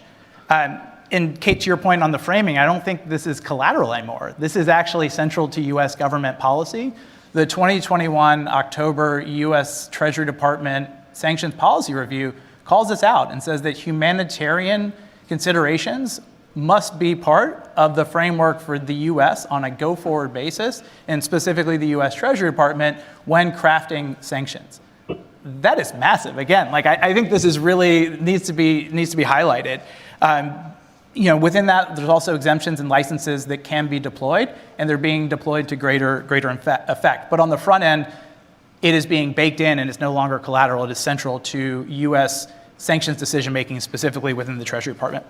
And then US Treasury is dedicating more resources to it. I think that's also just a point of factual agreement that the Treasury they've hired a chief economist to look at those issues that Delaney described about the costs and consequences and the economic costs and consequences of sanctions, and to take a more robust, data-driven approach to doing that. There's also a revamp of the Treasury's website. It may seem small, but it's pretty important to have plain language, particularly to stakeholders who don't have the ability to provision extensive legal services, fancy consultants, and other providers to help them interpret increasingly complex legal and regulatory guidance. And then Treasury has done a lot on fact sheets. And again, plain language, putting forward consolidated information so that stakeholders are not having to run around a website, having to hire expensive counsel or other services to understand what it is and what the rules are of the road to engage in permitted activities. And then specific targeted work within the community. So there was 2014 guidance that was promulgated that was updated in 2023 to the nonprofit and NGO sectors. And there's been, obviously, with the 2664 and the changes to the general licenses by Treasury, increased attention to that. The last part, I think, is a focus on multilateral and multi-stakeholder engagement on sanctions. This is proof of it, this conference right here. The trilateral work and trilateral dialogues among the humanitarian community, financial institutions, and government is critical. That's occurring at the US level. That's occurring in other bilateral fora within different countries. And there needs to be more of that also at the multilateral level. And I know several of our panelists have been deeply involved with that, as well as others here. But more can be done. And so a couple of thoughts on that just to wrap up my overview. Treasury can be increasing their resources and staffing. This is a congressional issue as well. Treasury is understaffed across a number of workflows on AML-CFT, on sanctions and other national security priorities, and that's something that starts with Congress. As my colleague at the Center for New American Security, Jason Bartlett, wrote last year, there's also a need for dedicated resources specifically on humanitarian issues. And so whether that is dedicated staffing, whether that is creating new organizational structures within Treasury or other reforms or other changes, I think there's definitely still space within the Treasury orbit to resource that. And then I think solidifying the sanctions policy review. This is non-binding guidance. Again, kudos and credit to the Biden administration, Secretary Yellen, Deputy Secretary Adeyemo, and others. But this could change within this administration. This could change with the future administration. And so ways to codify this as not just guidance, but under law or other authorities would be a step to ensure that these humanitarian aspects are front and center in sanctions development. And then I think we have a major challenge with interagency coordination. Delaney discussed the role of the FARC as an FTO.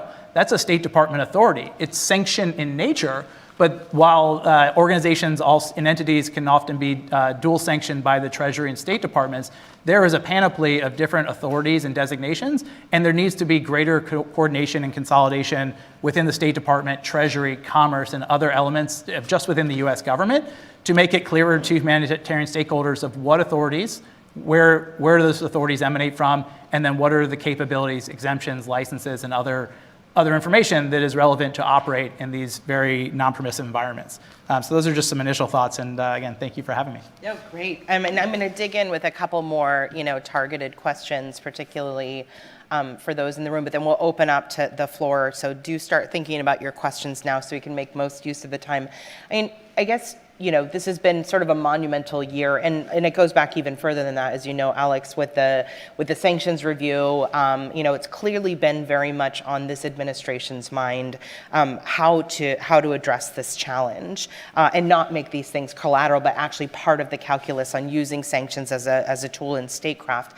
And Eva, I wanted to ask you again, in your personal capacity, non-U.S. government hat, what is it? This was no easy feat, right? I didn't mention in my opening remarks that not only was that UN Security Council resolution passed, but it was led by the United States and Ireland together. And I think it almost felt surreal, again, as an advocate, like many in the room here who have run around in Washington for years, to see the U.S. government really leaning in and not just addressing its own programs, but also really taking that leadership at the multilateral level. So just wanted to query a bit in terms of, why now? What was it really that inspired this move? Because as noted by, I think, almost every panelist here, that that we've all been working on this challenge for quite some time. The challenges, while still maybe not appreciated in their gravity, magnitude, and scope, are quite widely understood at this point. But what was it that really inspired the administration to take this on, not only with expanded general licenses, but of course leading within the multilateral circles at the UN to try to pass the resolution and secure these humanitarian safeguards? Absolutely. First and foremost, I want to say just once more that the sustained advocacy from organizations like those in the room really contributed a lot to raising the understanding within the U.S. government of the challenges that so many in the humanitarian community were facing. So, credit where credit is due. That was a huge part of it. I think that as the U.S. government was becoming more aware of those challenges, I think a change in administration had some impact, and then I think the really critical tipping point was the U.S. withdrawal from Afghanistan. Because when we withdrew from Afghanistan, we had there were so many problems, that it caused, and I think we all saw it unfold. But one of the myriad of problems that it caused was that now 19 of the, new kind of de facto cabinet leaders were UN sanctioned. So, and so many humanitarian organizations were channeling a lot of their assistance through line ministries, through the Ministry of Health, through the Ministry of Finance, to pay for things like flight fees, airport charges, storage, to pay taxes for their employees. And the question then became, is paying these funds to organizations headed by sanctioned individuals who in many cases were members of the Haqqani network, which is a designated group, is that a violation of UN sanctions? And I think the US government came to the conclusion that yes, that is inconsistent with the UN sanctions regime. And so we scrambled. We worked really hard at the Security Council to persuade the other 14 members of the Security Council that this was an urgent crisis, that all countries needed to be increasing their assistance to Afghanistan, and that we did not want the UN Security Council to be what is standing in the way of what is often UN-funded assistance to these very vulnerable populations. And I think because it so neatly encapsulated this entire issue set, it changed a lot of minds of people who were primarily coming at, their viewpoint was primarily informed from a security perspective or a counterterrorism perspective, who had been maintaining the US government's very strict, hard line on these issues. This was what caused this cascading effect, and it very quickly unified everyone to make the compromises, both internally and then to work towards making the compromises that were required with our multilateral partners to make this exemption a reality. So, I mean, I know there was a panel on Afghanistan earlier in the day, but I wouldn't call it a silver lining, but at least, as you said, a situation that's so dramatically demonstrated in very stark terms in literally overnight, what was at stake here and what the constraints were that needed to be overcome. And going back to some of these constraints, and Alex, you touched on it in your overview, the limitations based on designations, and that, the designations emanating from Treasury are not the only things that are limitations within the US government sort of rubric. There's, FTO designations, and I think, of equal concern to peace building and humanitarian organizations, material support concerns, which obviously exist in statute. So, I mean, not that I want you to put specific percentages to it in terms of what percentage of this problem is covered through the GLs and the UNSCR that passed last December, but how much of a barrier do you think that those two things that I identified and which you also mentioned in your remarks remain as a challenge that needs to be unlocked further in a place like Washington? Yeah, that's a great question, and I would love to hear from others in the audience. I take the position, I don't think that sanctions are the barrier today. Again, some caveats, but we've come incredibly far. I think there are as a legal matter, and I think I want to be very clear, as a legal matter of what is permitted under US law, I think there are policy questions, I think there are practical considerations, particularly by financial institutions, of risk appetite, of their profitability and other questions that are there that they may blame sanctions for impeding the provision of assistance, but as a legal matter, its sanctions are not the impediment. And I think that's a sea change. I think we're in a very different position right now than where we were a year ago, much less several years ago, and particularly in places with respect to Afghanistan. I think, again, General License 20, which was promulgated by the administration in February 2022, sets forth incredibly permissible boundaries to allow for financial transactions, but we haven't seen the throughput of formal transactions attendant to that for other reasons that I think are, again, separate from sanctions, and OFAC sanctions in particular.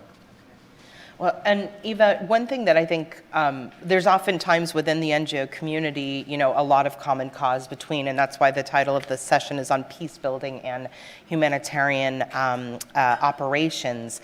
But we saw the movement at the UN, and again, this, apart from I think it was one abstention in the vote, broad support for UN Security Council Resolution 2664 to get over the line. But I think that within the community, it was recognized that it only covered humanitarian action, right?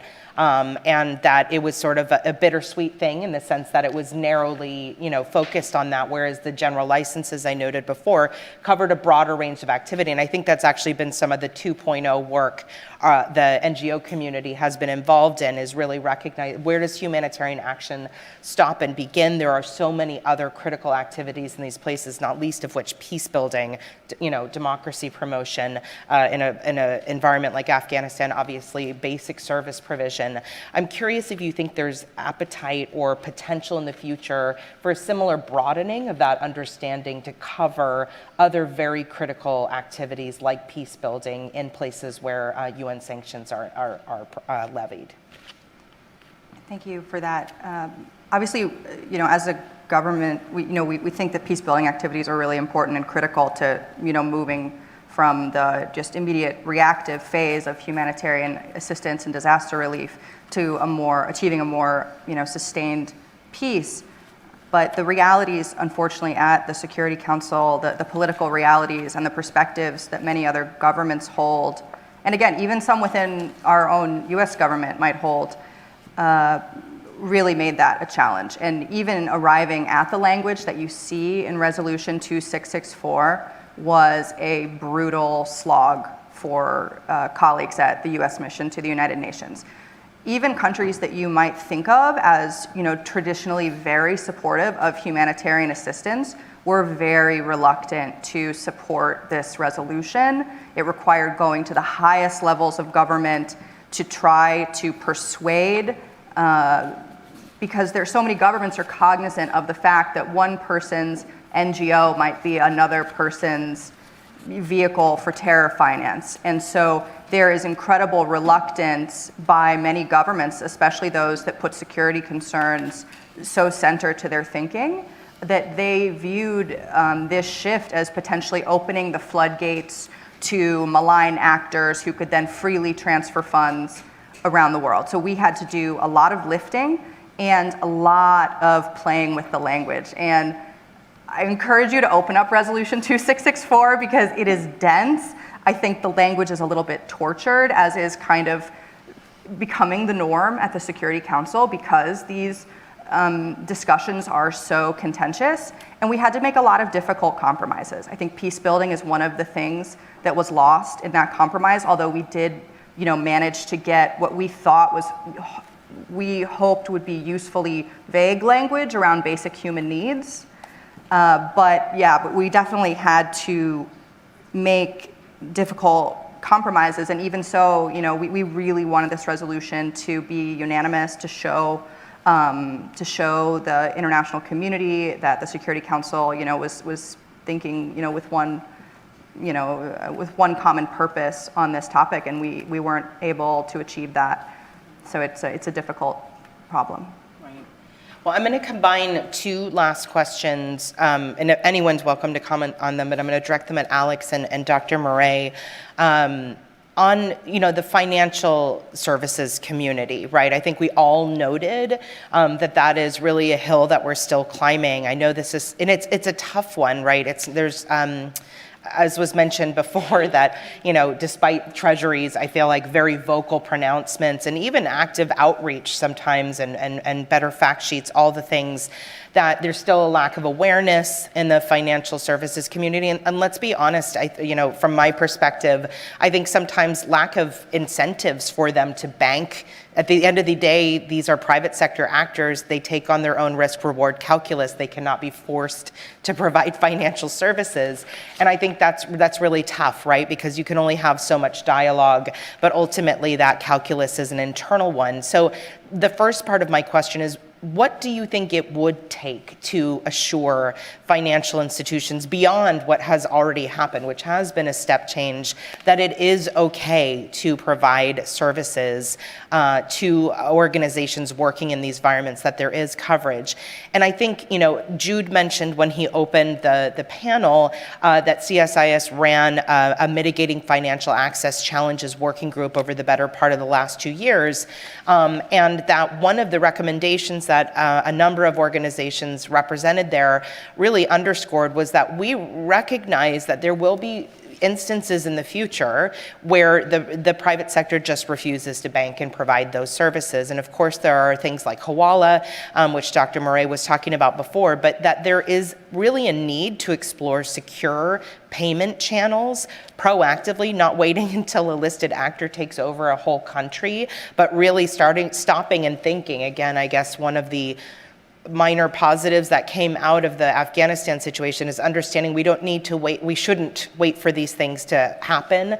Bad things will inevitably happen, and we need to be prepared and not have months and months of lag in terms of being able to get money into the country. So first is, what does the financial sector need, and where they will ultimately not be convinced? I'd like to hear your thoughts on secure payment channels and trying to be creative about getting those set up in anticipation of these, sort of debanked crises.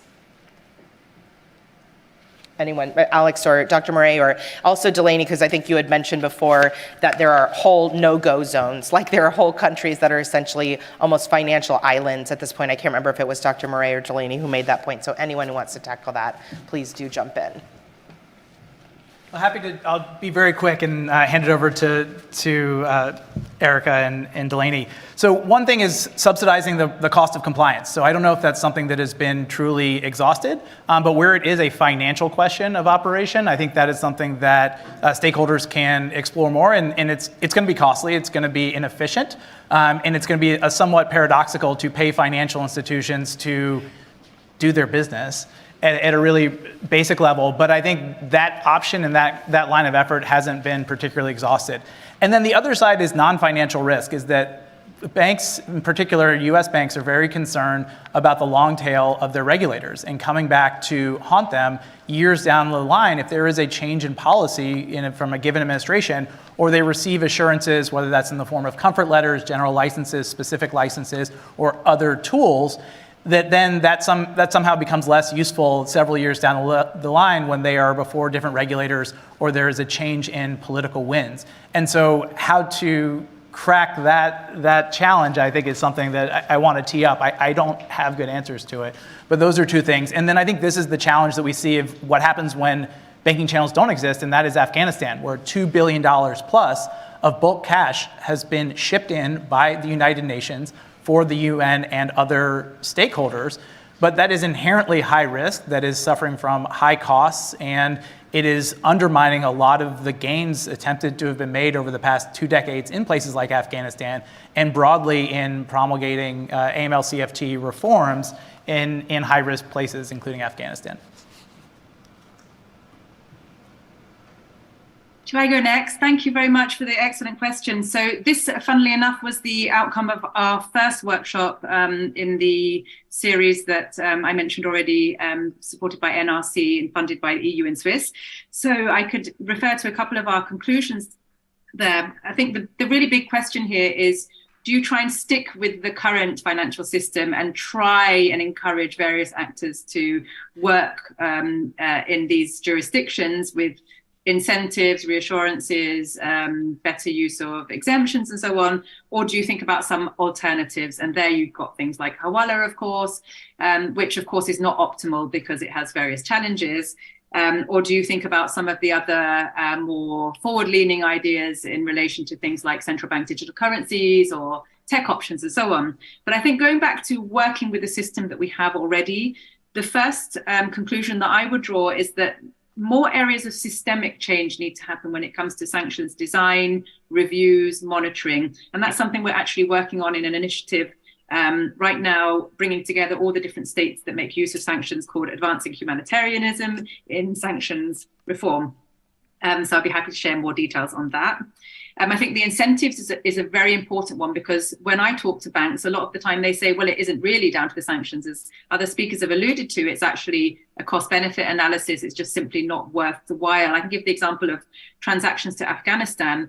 One bank gave the example that it would take 40 to 50 members of staff to service one transaction. So you can see there that the financial incentives simply aren't there, and that you really need to be thinking about supporting it in some form or another financially, and that can also cover some of the legal costs which are often overlooked when we have some of these conversations. The role of correspondent banks is incredibly important, because it's often the home banks in Europe and North America that want to service these transactions, but the problem actually lies in the withdrawal of correspondent banks who aren't necessarily part of these conversations that we're having. And so something that I think would be very useful would be some kind of mapping tool that allows NGOs and banks to work out what remaining banking channels there actually are to different countries. And that could actually serve as some kind of a traffic light system to states as well, to realize that there are certain countries that are approaching full financial exclusion. In the work that we did in early years on Syria, we mapped the number of humanitarian banking channels with the help of some excellent NGO colleagues in Damascus. And we found that at the beginning, there were about 12 different channels. And after 2 years, there were only 4 channels left. And in Afghanistan, we see that similar reduction of channels, and that really places a huge fragility on the remaining options left for NGOs, but also for the wider private sector and so on.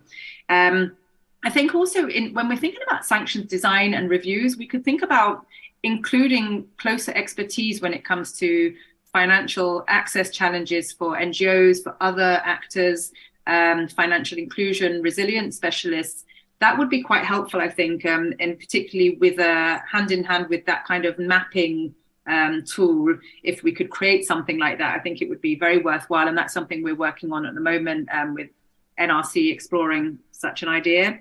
And then the final category, I would say, is to think about supporting niche banks, such as development banks, making use of some states have used their embassies to try and transfer funds. The UN has made use of its banking facilities at certain times. And there are also a number of niche development banks and so on that have a higher risk appetite for a number of different reasons. And they've developed a number of coping mechanisms that I think are worth capturing and also supporting in order to keep some of those more proactive and forward-thinking banks and other payment platforms operating in these environments, and so that they don't also withdraw. And that is more for emergency settings, and it's not a sustainable solution. But again, I think it's a really important piece of the puzzle when we're thinking that an increasing number of countries around the world are becoming fully or partially financially excluded now. Okay, well, I recognize that we only have about 6 minutes left. And everybody here has been really patient. I'm hoping, though, that there are maybe 2 questions I can take together before we close out the panel. There's someone circulating with a microphone. Please don't be shy. I see Melody with NRC right there. We'll start with you and then maybe take one other question before we close. Okay. Hi, Melody, NRC, as announced. Thank you so much. This has been really fascinating and really helpful. I guess my question is just kind of a finer point on the last one that Kate asked about financial institutions. In the multi-stakeholder dialogues that we've been a part of here in the US, it's really hard to engage them, and we struggle to kind of find leverage or where we can get them more engaged, particularly intermediary banks. I know in the UK we have sort of a one bank hero as a part of that multi-stakeholder dialogue. I'm wondering if that's feasible here, or if you have any thoughts on the success of multi-stakeholder dialogues in Europe and how we could replicate that here, or what possible type of leverage we could have with financial institutions, because that still remains sort of a black box for us. Thanks. Was there another question? Katie? Striffolino with Interaction. Just announce people as they're standing up. So. We're amongst friends here. So thanks a lot, everyone. It's good to see a lot of friendly faces on this panel. One point that hasn't been referenced yet that I just wanted to kind of throw out there and hear some feedback on is the unique situation that local and national organizations and kind of the specific limitations and the challenges that they have as it relates to financial access. You know, we're talking about, you know, kind of the big boys and girls who have a lot of infrastructure, who have HQs, you know, who have access to multiple banking opportunities in multiple jurisdictions, whereas local and national NGOs particularly do not. And so I'm wondering if some of the panelists would be able to comment on how do we ensure inclusivity as it relates to local and national organizations being able to access the same opportunities that bigger INGOs and the UN system have access to. So thanks. Great, thank you, and an excellent point. I'm glad that you raised it, Katie. So that is thrown open to all 4 of our panelists here. We have about 5 minutes to take one or both of those questions on. Anyone want to step forward and take a stab? I can come in on Katie's great question. It's really a problem that I agree with you, Katie, doesn't get the right amount of attention. I've seen it a lot. I think one of the biggest challenges in this regard is that the sort of challenges around sanctions have become so complex, and the environment is so complex. And I think this ties into what Alex and Erica were talking about earlier in terms of subsidizing the cost of compliance and looking into sort of other banking mechanisms. But I think a sort of important takeaway for us all to think about is, you know, as these sanctions regimes proliferate, and as licenses proliferate as well. So we see, you know, much more attention to sort of mitigating their costs. The legal environment becomes incredibly complex, and this makes it really difficult for small and medium organizations, especially local organizations, to understand. I mean, it's sort of a crazy proposition to think that a local NGO based in Syria will have the resources to understand U.S. sanctions law. So I think something that can be done is a recommendation that Erica mentioned and that the other panelists referred to as well is just sort of an increased clarity on sanctions regulations, increased outreach, not just to the big organizations like those who are many of those who are in this room, but sort of very clear descriptions of both sanctions regimes and the licenses and what activities are permitted. I think the recent FAQs that were released in the aftermath of the Syria earthquake were a good example, but I think the US government can go further to increasing clarity, but also to think more deeply about, as these regimes become more complex, including with licenses, they will just by nature be harder to untangle. And so maybe sort of a little more navel gazing into why this is and what can be done about it is in order. Eva, I think you were coming. Did you want to go? Sure. I just wanted to say that I definitely hear what you're saying. We, in our research at Columbia, found the same thing, that banks are still a bit hazy on this whole humanitarian thing and are just generally very reluctant. And so I think that's a challenge for organizations and then also for governments for our government to communicate, what we've allowed, what is now totally permissible. And I think, maybe an angle, something that's crossed my mind is if we could frame these conversations in terms of corporate social responsibility, like that they, banks have, just kind of like a human responsibility to try to help these kinds of transactions move forward. I think that's one, maybe just a way you can frame the conversation. I think it's really useful if you try to have these conversations at a high level.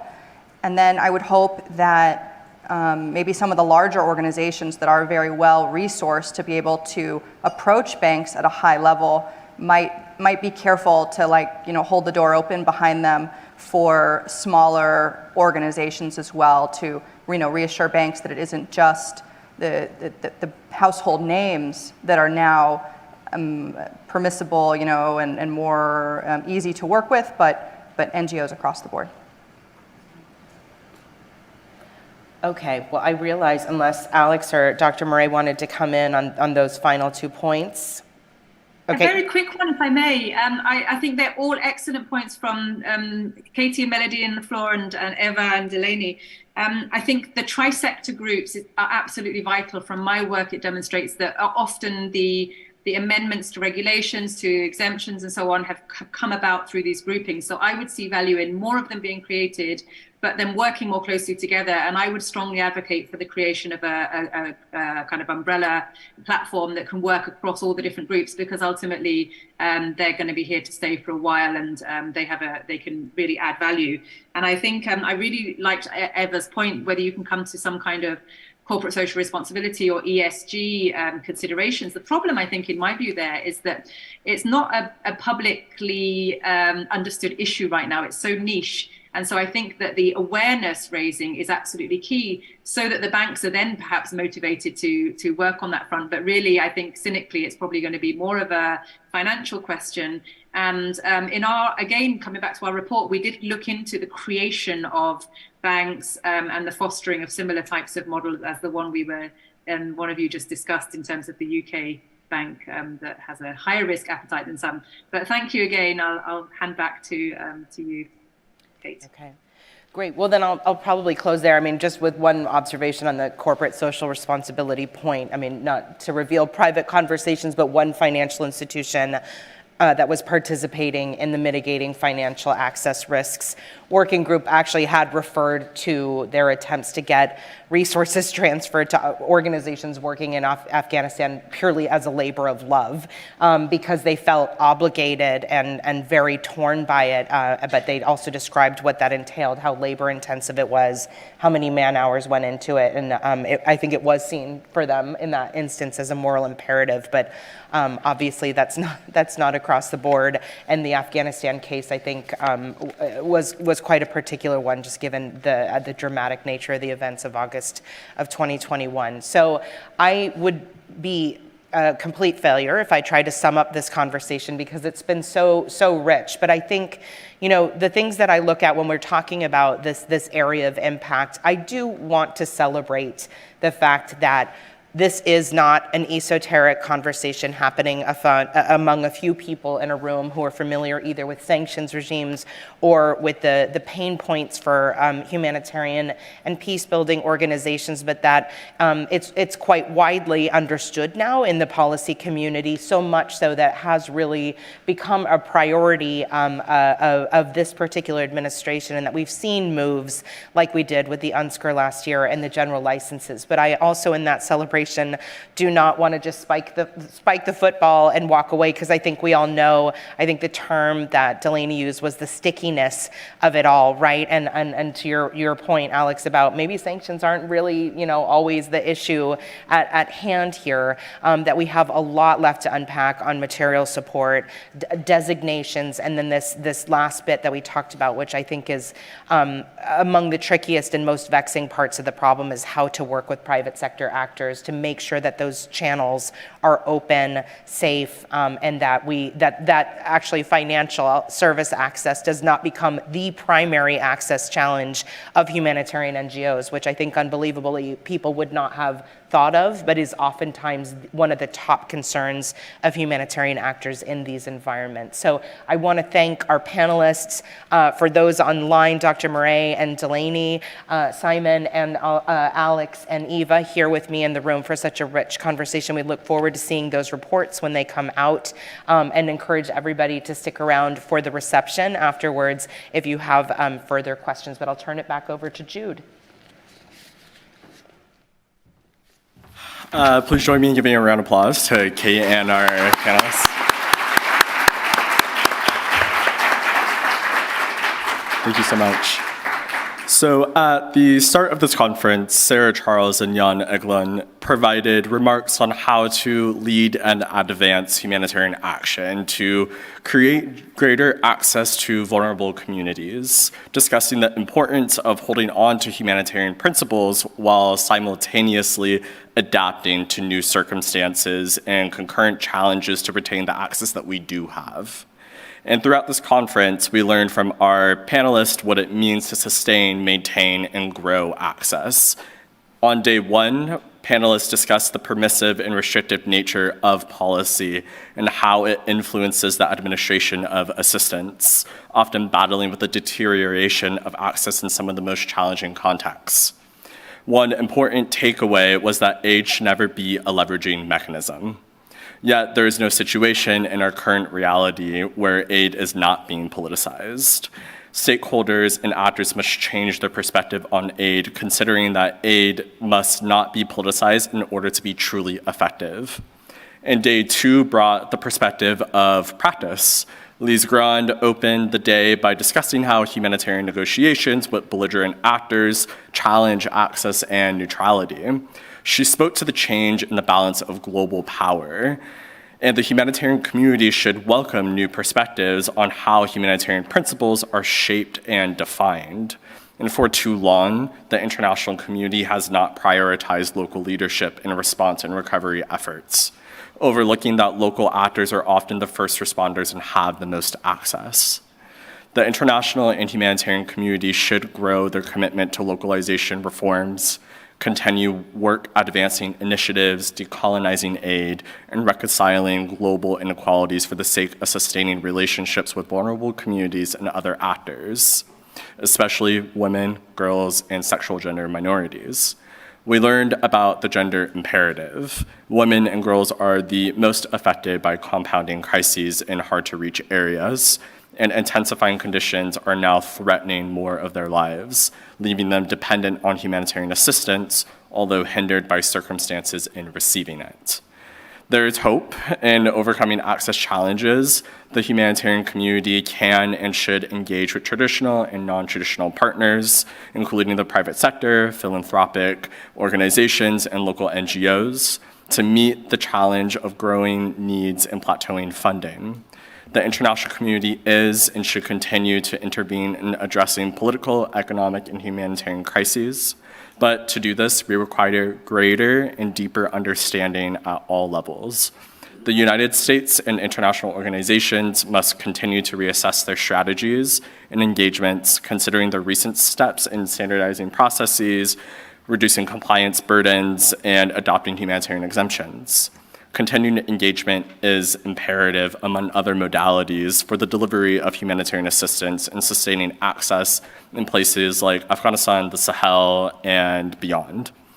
I'd like to thank the Norwegian Refugee Council for their partnership and USAID's Bureau for Humanitarian Assistance for their support. A tremendous thank you to NRC's Melody Knight, Dobby Brown, and Yasmin Eubanks, and CSIS's Jacob Kurtzer, Mackenzie Burke, the streaming and broadcasting team, AV, conferencing, reception, web team, who made this conference possible and helped it come to fruition.